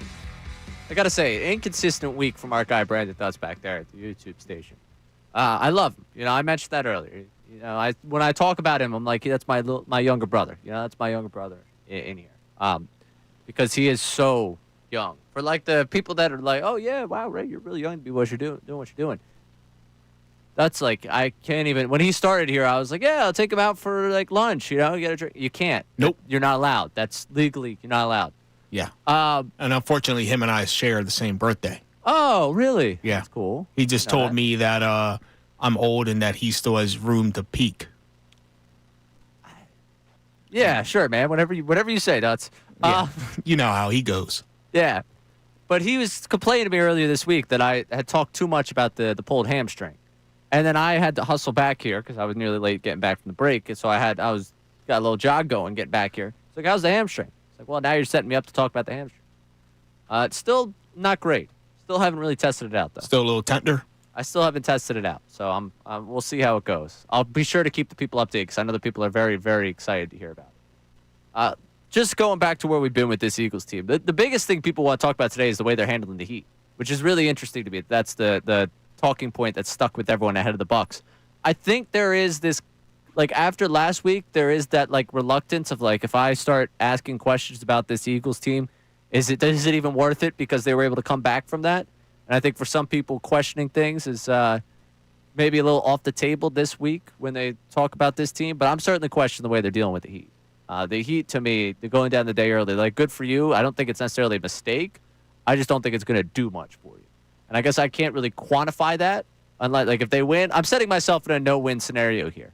Because if they win, everyone's going to be like, wow, Ray, you were an idiot to talk about the Heat that much. If they lose, they lost. And it's not going to be people like, wow, Ray, look, you were right about the Heat thing. You know, I'm more looking forward to after they win what Jaylen Hurts says in his post-game press conference, like after the Rams game, you know, rain, sleet, or snow, the Eagles are trained, ready to go. I'm wanting to know what's going to be his rhyme this time around. Very, very easy. You replace the sleet with heat. Rain, heat, or snow, Eagles train will go. I mean, it just fits. That's free. That's a free one, Jaylen. That's a free one. You could take that one from me, all right? I'll only take like 5% of the Jordan cutback on that one. Thanks. Appreciate it. Actually, you know what? Instead of taking the 5%, I'll take the dinner with Michael Jordan, all right? Forget it. I don't even want % steak. I just want dinner with Michael Jordan. I mean, yeah, that's good, but I still think I'll take the percentage. Yeah, it's definitely percentage is the business idea. I was just doing the Jay-Z dinner with Jay-Z. I know where you were going. Yeah. Even though I would say this, I'd be more interested to have that dinner with Jordan than Jay-Z. That's actually interesting. Would you be more interested in the Jordan or Jay-Z? Like, my brain is obviously like pre-set to disagree. Would I rather have dinner with Michael Jordan or Jay-Z? You're probably right about the Michael Jordan thing. Yeah. Yeah, I mean, I just think as a sports fan, there's more there. Even though I would have a lot of questions for Jay-Z. There would be a lot there that I could get into. I mean, winning back Beyonce after all that, like that's a massive question. That's a big comeback. Like, that's a big comeback he pulled off. Being able to, like, your marriage surviving with Beyonce versus asking Jordan about the 6 rings. Like, I got The Last Dance. Like, you know, I got a lot of like his story. Like, I don't know how much more he's sharing with me on a first time at a dinner that I wouldn't have already. Like, I would try to interview him basically at the dinner, but nobody really loves the constant question guy. You know, you're more of a conversation. You know, anytime you go out to eat for the first time with someone new, like you don't want to be interrogating. You want it to be a flowing conversation. So I actually don't know how I would get to the whole Beyonce conversation the first time dinner with Jay-Z, but I would have to make it seem like I had a similar experience and I was curious how his worked out. I haven't, by the way, for those that are going to immediately run to that. You didn't date anyone from Destiny's Child? No, I didn't. No. Are you familiar with the Destiny's Child cycle tweet from Tim Kelly, who covers the Phillies for On Pattison? No, I am not. He had a tweet that said, if you're a triple away from the cycle, it's like you're saying, I've met everyone from Destiny's Child except for Beyonce. Like, it's just the most difficult one to accomplish. I like that comparison. It's a really good comparison. Every time someone's on Cycle Watch, I am always thinking about that tweet. And I've told Tim a million times, like, that tweet just lives rent-free in my mind. But, yeah, I think it's got to be Jordan over Jay-Z for the dinner if I had to choose. There is just a part of my brain that's like, yeah, maybe I would want to walk down that path. There are musicians that I would probably put over Jordan that I'd want to get dinner with.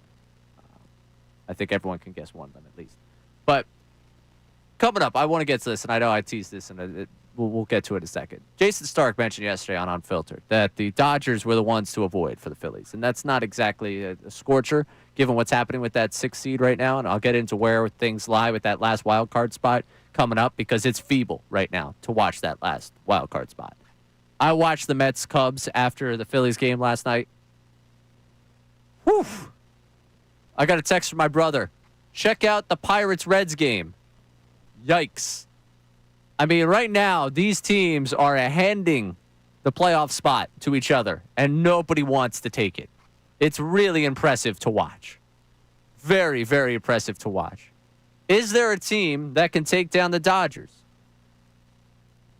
And in avoiding the Dodgers, are you inviting other problems? We'll break that down coming up next. I'm Ray Dunn. Take it to the Midday Show here on 97.5 The Fanatic. Now on 97.5 The Fanatic Sports Update. I'm Austin Jones with your Fanatic Sports Update. This update is brought to you by Family Jewelers and Company. First year of bridal shower, October 9th through the 11th. This is your chance to save hundreds, maybe even thousands on the ring of her dreams. Family and Company Jewelers, South Jersey's diamond destination. Last night, the Phillies thumped the Marlins 11-1. The team set a single franchise game record with 8 home runs, and Mundo Sosa had 3 of his own, and Kyle Schwarber had 2 to bring his total to 56. Jesus Luzardo got the win, and the best part is that the Phillies clinched a first-round bye. Tonight, Walker Buehler is on the mound. First pitch is set for 6:05. The Buccaneers have had the Eagles' number over the past few years, and one area the Eagles struggled was handling the blitz from Tampa Bay. Well, yesterday, Jaylen Hurts spoke about how handling the blitz is something that they need to continue to grow on. I think that there is always room to grow in any avenue of that. I don't know what numbers are or optically how something looks, but, when we sit here and we're very critical of ourselves, we're going to say we got to improve in this area. And so that's the mentality with that and everything else. The Eagles placed Nolan Smith, Jacorian Bennett, and Darius Cooper on injured reserve. They'll miss the next 4 weeks, and they brought back Eli Ricks and Quez Watkins to the practice squad. This update is brought to you by Audible. Is it rain romantic? Speaking of love, Audible's romance collection has something to satisfy every side of you. Start your free Greg's love story with a 30-day trial at Audible.com. I'm Austin Jones, your home of the best Birds coverage, 97.5 The Fanatic and 97.5thefanatic.com.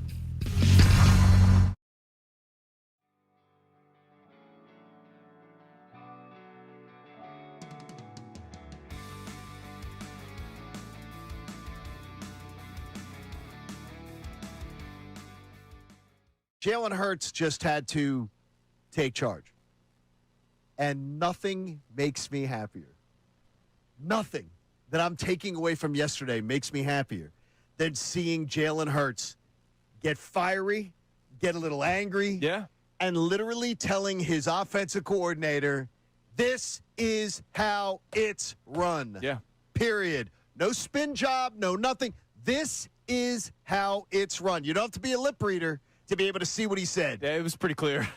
And Kevin Patullo was the student, and the quarterback was the teacher, and everything changed. 50 days before kickoff, John Kincade had a random worry of Kevin Patullo that came out of nowhere. It was in the middle of the Phillies season, and John was worried. It was in my head. And I tried making you feel better by saying, well, maybe Jaylen Hurts will be a big part of this offense. And through the first 2 weeks and half of week 3, he really wasn't, except for a few check-ins at the line of scrimmage every once in a while.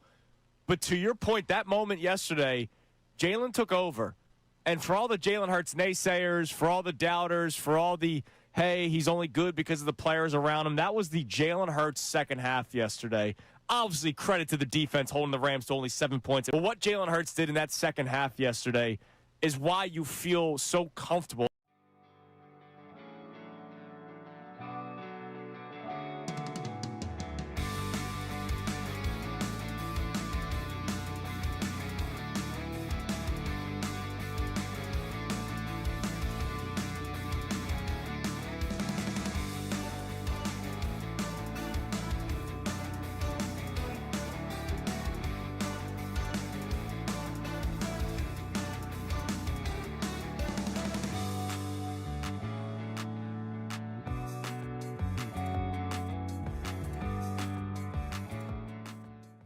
If you can't beat the Eagles when they play a first half like that, is anybody going to beat this team?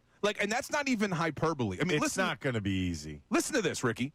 Not only are they 3-0 on the season, they are 19-1 in their last 20 games. Do you know how crazy that is? Do you know how spoiled we are right now as a fan base? They have won 19 of their last 20 games. They're 17-0 when Jaylen Hurts starts and finishes. Think about that for a second. 17 straight wins with Jaylen Hurts starting and finishing the game. Here's another wild stat. Jaylen Hurts just had his 19th straight game without throwing for 300 yards. That's unbelievable. They're 18-1. Yeah, but you don't need 18-1. You don't need it. I mean, this you can't beat this team.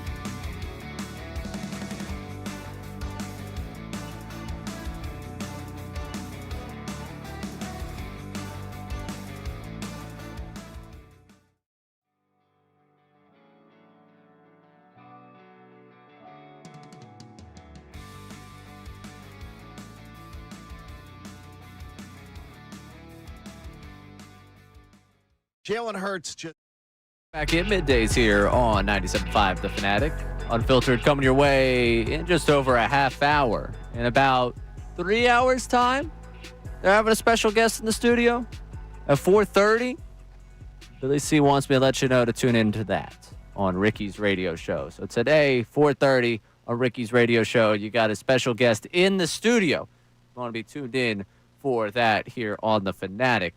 I told you to get to some baseball in this segment. We will.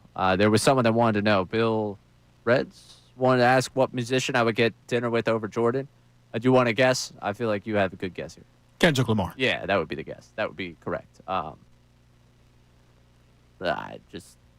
watched The Last Dance. I don't have a Last Dance equivalent in terms of getting through to the backstory of Kendrick. Kendrick, so what did you think of about Drake and all his... Yeah, man, like... There would be a lot of that. There would be a lot of that conversation of like... Did you know that when you two wrote Poetic Justice that you would have beef about 20 years later? So my take on that is he did. But I'm gonna move past that because I don't think my take on that on 97.5 The Fanatic, I think a lot like our audience is not here for me to dive into the Drake Kendrick back and forth as deeply as I could or would want to. What I'm going to dive into is the back and forth of the last wild card spot here with Major League Baseball right now. Because I said before the break, it's been feeble to watch. And it matters because the Phillies clinch a bye. And really what it's going to come down to, they've got that second spot, that second seed. They will play the winner of the Dodgers and whoever comes in last. Sixth place, final wild card spot. At this current moment, the New York Mets, incredibly, still there. Unbelievably so. The Mets 4 games over 500 with 4 games left to play in the season have a 1-game lead. Now the Reds, of course, have the tiebreaker over. Diamondbacks right there as well. Both of them with 80 wins. The Mets at 81 wins. I said it. It's been feeble. The Mets, it wasn't even close. It was hilarious. They're down 6 runs. They bring in Minaya in that game, and he gives up a home run almost immediately. They got smoked by the Cubs last night on national television. The Reds, this week were given a gift. You moved into playoff positioning. Congratulations. You know what we're going to give you? The Pittsburgh Pirates at home. You have 3 against the Pirates this week, while the Mets are at Wrigley. You know what the Reds did in response to that? Lost not 1, but 2. So there's still a game back of the Mets. And lurking there in the background, of course, is the Diamondbacks. So the Diamondbacks, what happened last night? They lost 2. All 3 of them lost last night. Now the Diamondbacks get a chance at the Dodgers. And last night I thought, well, maybe the Dodgers bullpen won't hold here. Maybe that's the problem that they've had. Nope. Dodgers get the victory in that one. And now they will play the 3rd game of that series today at 3:40. And you just look up and down right now at this race, and it's the Mets with 1 more against the Cubs tonight. And then they wrap up the season at Miami. Same Marlins team that we're seeing in Philadelphia. You look at what the Diamondbacks have. They got San Diego. For the Reds, they've got Milwaukee. Just given the schedule in front of you, you would think, okay, the Mets probably have the best chance with a game in hand and 3 against Miami. Now, difference is, how much are the Padres playing? How much are the Brewers playing? Versus how much are the Marlins playing? Like, the Marlins aren't playing for anything, but there's guys playing for their jobs. For the Padres, the Brewers, it's teams that are playing just basically to get themselves set up for the postseason. I don't know how it's going to play out for you. I will say, and this is something Kevin and I talked about on Tuesday, that starting rotation for the Reds is the thing that I fear the most of those 3 groups at this point. The Mets finding their way into the postseason, they back their way in and they pull off the 2022 Phillies. They back their way in and catch fire at the right time. I don't know what to tell you. Like, I don't want to see that top 4 catch fire, but they've looked so dead in the water for so long right now that they get into the postseason, I don't think they're getting past the Dodgers. The Reds, the pitching might get them past the Dodgers. The Diamondbacks, ironically, when you talk about the back and forth of division teams in that NL wildcard series, could that be the way this plays itself out? And that's how that they end up getting past the Dodgers again too. Should I be rooting for an NL PTSDS where it's the Phillies and Diamondbacks, and I have to live with the fact that Diamondbacks come through here, I'll tell you, if you go back to the 2023 NLCS, if it was a 5-game series, the Phillies win it. Phillies win a 5-game series against them. They were able to get past you in 7. Phillies win a 5-game series. The pitching is why the Reds would be the last one I want to see. The Mets and the Diamondbacks, it's more just the vibe of watching them play them again in the postseason. But the Dodgers would be the team that all those teams have to get by, and it's hard to imagine any of them, the way they're playing right now, getting past the reigning World Series champions. Jason Stark was on with Unfiltered yesterday, talked about the Phillies and the desire, even though it could be a great series for baseball, maybe not the best series for the Phillies. You know, I can't decide, but I think it's the Dodgers. And here would be my reason. The travel would be grueling to go coast to coast in a best of 5, East, West, East. Dodgers rotation, at least it's healthy now, and they can dominate. 9 of the last 16 games, their starting pitcher has given up no more than 2 hits. It actually would be 10 of 16 if we included the game where they're playing the Phillies. They used that opener, then they brought in Emmett Sheehan, who was unhittable. That's a lot of unhittability in that group. And then, you know, I have so many position players with so much October experience, so that's the least likely team to have trouble handling Philadelphia. There is another side to that coin, though. I mean, the Phillies have won 5 series in a row against that team, and their bullpen is so bad. Do you know that their last 7 losses were either by Blake Trinan or Tanner Scott? Do you know who he's planning to use to close tonight? I'm talking about Dave Roberts. If they have a lead late, how about Clayton Kershaw? So that's where they are in the pen. So I think the Phillies are better than any of those teams, but I don't know. I think I would still vote Dodgers. And I think voting the Dodgers to be the one team you want to avoid is still the right call in that case. I think the Reds for the starting pitching would be the one that, like, okay, yeah, I could see why you want to avoid them. The other two, I think you're strictly avoiding them because of what you've seen happen already in the playoffs, because of how scarred you are. Yeah, now the fact that the Dodgers have Shohei in the rotation and he seems to have, you know, his electric stuff, you know, just Stark alluded to, you know, yeah, the bullpen is a little shaky, but if you're getting 6-7 innings out of at least Shohei, then, you know, that's not what I want to see this Phillies lineup have to go up against. Yeah, and like Snell being Yamamoto, like all that, like everything that they've got going in that starting rotation right now. I mean, yesterday again, they beat the Diamondbacks. Kershaw did come in relief, and he ended up pitching a clean inning in that game for them. And they have a wide variety of pitching they could try and deploy in their bullpen to try and, I guess, really stabilize it. They would be the team that you want to avoid, but I think we finally are going to get it. I think we're finally going to get that series. It feels like the last 4 years of baseball in the National League, we've been waiting on the moment where these two would collide. It didn't happen in 22. Phillies get the Padres. It didn't happen in 23. Phillies get the Diamondbacks. In 24, it looked like for a second there that both the Phillies and Dodgers were going to go down. Dodgers ended up rebounding, and we know what happened. They won the World Series.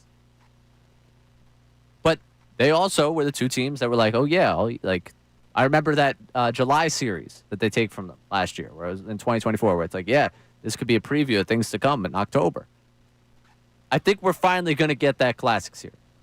And if there was a time to get them, I'd prefer to get them at a 5-game than a 7-game. So in that respect, it works out for you. I just know that all of us are going to be on edge. Like the NLDS Phillies Dodgers has the feel of like when you look back on this postseason years from now, it's like, well, whoever was going to win that series was going to be the team that won it all. And that's the old-timey baseball. We're making a film about the 2025. I don't think we're going to have to talk like that when we talk about like the past. Like, you do that pretty well, though. I tip my cap to you. Thank you. Yes. It's from watching too many of those old-timey baseball. That matchup between the two was the one that told us who was going to be World Series champions. That Brewers team on the other side watched keenly as the two sides went through a great exhibition of America's pastime. It's like, I don't know. I don't know where that voice comes from. I don't know necessarily why we decided when we had to make these films and like recap things, we had to talk in that voice.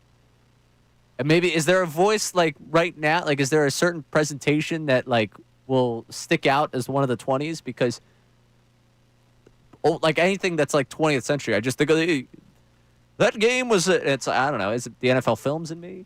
Yeah, I think it's the NFL films. Also, like when I think of like the heyday baseball, I think of like the announcers from like the 1950s talking about, you know, the Indians at that time or the Giants at that time, you know, very high pitched, gnarly a little bit. In that game, I don't know. Also, they gave like every player back then like an amazing nickname. Yeah. Yeah, no, we don't necessarily go through the amazing nicknames anymore. You know what I'm going to do tonight? I have a broadcast tonight, so I don't necessarily when I find the time following it. I want to look in. I was looking at the history of the Phillies, and I'm curious for you at 610-632-0975. When you hear us lay out the potential NLDS opponents, where's the early preference for you? Because I know next week we'll be diving fully into this wild card series, getting ready for it. But I'm curious what happened in 1899 to the Phillies. And you say, why? What does 1899 mean? So today I was on Baseball Reference, and I'm just looking at, like, you know, with all the home runs they hit last night, what sticks out historically for this team. The seasons of Phillies history, when it comes to wins in a season, they're going to get close to being in that you know, top positioning, given the fact that they're going to win 90. They're at 93. You think they'll probably get to, I would say they probably get to 95, get to last year's total. Right now, with the win tonight, they will tie the 1899 Phillies, who won 94 games. Also tied 2 games. It was a different sport. Who ended up coming in third in the National League that year. That team won more games than, you know, like, just what a shame. What a shame. The teams they've lost and they were behind. Just Boston. Boston, that's what they're listed as. National League's Boston team. And the Brooklyn Super, I don't even know what this is. But those were the 2 teams that they ended up behind in 1899. I had a feeling that you were going to name like 2 teams that are, well, I guess there's technically still a franchise, yes, in Boston. But, you know, it was like Brooklyn. The Boston Braves and then, you know, Red Sox, what have you. But then where was the other team from? Brooklyn. The Super, I don't even know. Superbs? I don't know. Superbs? Yeah, see, that's how you know it's just a different game where you don't even have that type of knowledge to even know the team that was there. In the National League that year, the Cleveland Spiders, 20-134. The Louisville Colonels, not a team. The Chicago Orphans, that's a team from 1899. I'm not making that up. It's on Baseball Reference. I'm not making that up. They came in 8th that year, right behind the Pirates, right ahead of the Colonels. But the Cleveland Spiders that year, 84 games out of a playoff spot, 20-134. 20-134. That's Spiders like got crushed that year. That's almost White Sox territory in today's game. Yeah, and I think I know someone that covered that team back there in 1899. Old PC just checked in. Yeah, he covered that team back there in 1899. That's who I thought you were going to see or say. All right, coming up next. Want to get into the fact we'll be at Media Day tomorrow for the 76ers. A little bit of the plan tomorrow. Phillies, Marlins tonight. What are we watching for the rest of the weekend? Reset where we at with the Schwarber conversation of playing through the weekend to wrap up the show. Alongside Austin Jones, producer of the program, I'm Ray Dunn here. Middays, 97.5 The Fanatic. John Kincade, Andrew Salciunas, and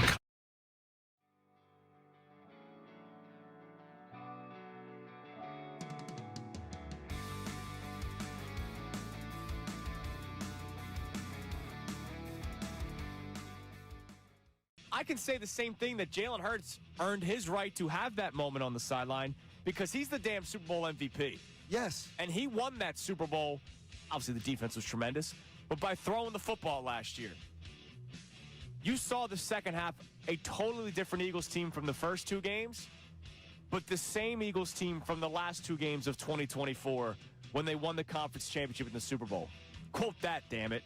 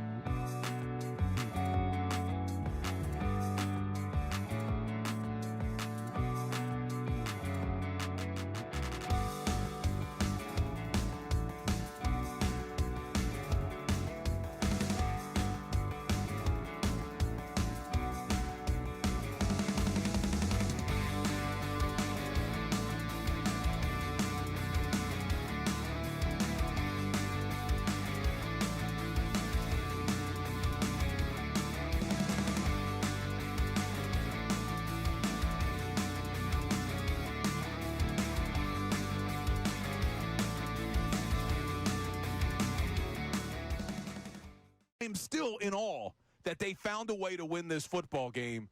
Jordan It's Davis incredible. got some big paws, man.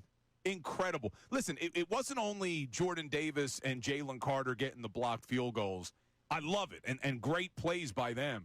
But it was also the film study coming in that they knew the launch angle from the kicker. They knew exactly where to line up over that guard, how they were going to get pressure and then immediately get their hands up. It was just, it's incredible. A lot of guys will just mail it in on special teams, just mail it in on a field goal block. Well, they certainly didn't mail it in. As a matter of fact, I mean, that to me seems like this is one of those plays where Nick has taken very seriously in practice. And look at what happened. 2 blocked field goals? That doesn't happen in this game. How about this? So our man Tim McManus, who joins the show every Thursday, covers the Eagles for ESPN, he tweeted out, the last time the Eagles blocked 2 field goals in a single game, it was exactly 50 years ago to the day of yesterday's game. Was it really? September 21st, 1975 against the New York Giants. 50 years to the day. Gives a new meaning to that song. It was the 21st night of September.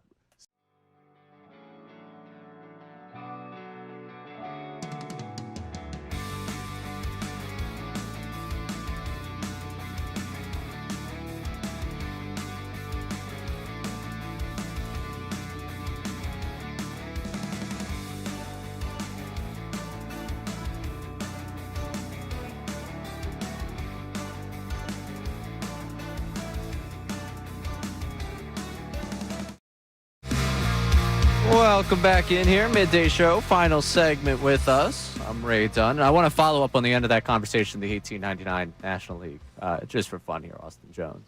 It was the Superbas from Brooklyn that were the team. They were named after being superb.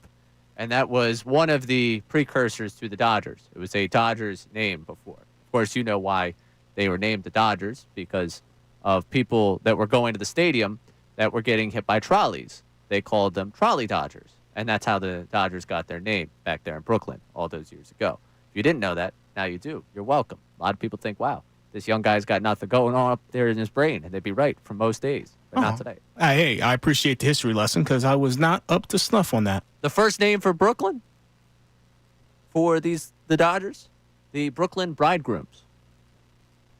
Later on, the Brooklyn Grooms, the Superbas, Robins, Dodgers, and now the Dodgers that you know today. The more you know here on the Midday Show with myself, Ray Dunn. Glad to be with you here hanging out. And tomorrow, looking forward to the fact that we are going to be at 76ers Media Day. Should be a lot of fun, 10 a.m. to 2. We'll be live on the air. I think we're going to get a chance to talk to a number of people from the 76ers. Look forward to just hanging out with them. Of course, the flagship station for your 76ers. Connor Thomas, I negotiated a trade. I took Connor Thomas for Middays tomorrow. In exchange, I don't know what we gave up, but I'm excited to find out what we gave up at some point. Producer to be named later. Yeah, producer to be named later. We got Connor tomorrow. I think Bill's going to be wandering down there. Amy Fadul's going to be down there doing work with NBC Sports Philadelphia. So should be a fun time tomorrow down there in Camden at the 76ers Media Day. And you know what I'm excited for beyond just being down there at Media Day. If you know me, you know what I'm excited to do when we're down there at the 76ers facility. I mean, me, knowing that you're a basketball guy, I would say like trying to get on the court, but I don't think you'll have that opportunity. No, not about that at all. I don't. Maybe you haven't been here for when we've been at the Sixers facility. The walk.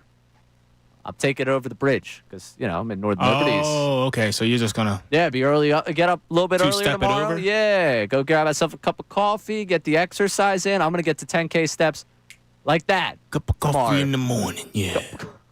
Get myself over across the bridge, and I'm looking forward to that tomorrow. To our YouTube crowd, we will have YouTube there. Our guy Brandon Dutz will have the YouTube stream up and ready to go for you tomorrow. So looking forward to us having the opportunity to be over there at Media Day. We will, of course, get into that game on Sunday between the Eagles and the Buccaneers. And I'm interested to see the way people react to what Rick Stroud had to say about it being a mistake for Sirianni to take them down there a day early, or a potential mistake, because I thought that was an interesting part of our conversation with him. Rick, of course, covers the Buccaneers for the Tampa Bay Times. We've had him on a couple of times leading up to Buccaneers-Eagles. We appreciate him joining today. I don't think it's a mistake. I just don't think it's going to do anything for you. I don't really think one day before is going to do much for you. When he talked about the advantages for that Buccaneers team, talked about just moving chess pieces for them defensively, what Bowles is able to do with the amount of talent that he has. And that's another interesting part of this weekend, the storyline that he drove home, Hassan Reddick. You know, he mentioned Hassan Reddick out in coverage, which is an interesting departure from what I think a lot of people hear when they think of Hassan Reddick, what they think of him. But that was another interesting part. So we'll probably break down more of what we heard from Rick coming up tomorrow, even though obviously we've got plenty to do at 76ers Media Day, and we'll get you ready for the Eagles and the Buccaneers on Sunday as well. Tonight for the Phils, looking forward to winning a series. I know, Amy, when we were talking earlier this week, Amy was like, well, you still got like the most series wins in a season to look forward to. And I was like, yeah, that's true. I guess I could look forward to that at the end of the week. We opened the show talking about just the fact that Kyle Schwarber should be chasing history this weekend. He's a designated hitter. It's not exactly like he's running around left field. If this was 2022, maybe we talk about the fact that he shouldn't play. But he's not in the field. You don't need to hustle it out. You hit a ball on the ground, Kyle Schwarber, I think you're going to be able to refocus come playoff time. And remember, you got to hustle it out and run it to first in the postseason. I'm okay with you getting your at-bats all through the weekend. He mentioned being at the bottom of the totem pole when it came to getting days off, which, again, he technically is because he doesn't play in the field. You know, really 4 plate appearances. Like, let's not get crazy. Let's not get carried away with what you do here in terms of workload. You carry a lot of the load, but you don't actually have the workload that other guys do. I'll be interested to play that game, though. A little bit of the roulette wheel here. Like, all right, who gets the night off tonight? If you had to guess, Jansen Junk. They have a pitcher whose last name is literally Junk, who's listed as the probable for the Marlins tonight. Right-hander. Hammer Kyle Schwarber anytime home run tonight then. So, well, there you go. That puts him at 57. And I'm curious to see, because I did see Ty Daubert of Phillies Nation mentioned that Ryan Howard was there last night, and I think he got a chance to catch up with him. I'm curious to see Ryan Howard's perspective on this as it happens, especially since he was here last night. I imagine he's here through the week to watch this happen in person. But if he hits a home run tonight, it almost feels like it's inevitable. Oh, yeah, for sure. For sure. I mean, last night made it real. Yeah, last night I don't know why they even continue to even pitch to him. But you know what? If they're going to keep doing it, go ahead and keep throwing that high fastball right there, and he's going to take it deep. If he hits one tonight, it almost feels like it's going to happen. Like, all right, you're a fan of Philadelphia sports through and through. Sunday. Obviously, you know what's happening. Birds, Buccaneers. Eagles, Bucks, 2 really good NFC teams matching up on Sunday. On top of that, however, in the case where Schwarber's got the opportunity to do it, you're not missing a ton of the game because it's the 3:05 start on Sunday. Would you do the Phillies game over the watching the Birds game at home with the chance at history? Me personally, with me doing postgame, no. Okay. But I will have it up on the phone because I'm going to try to be tuned into when Schwarber's batting. Got it.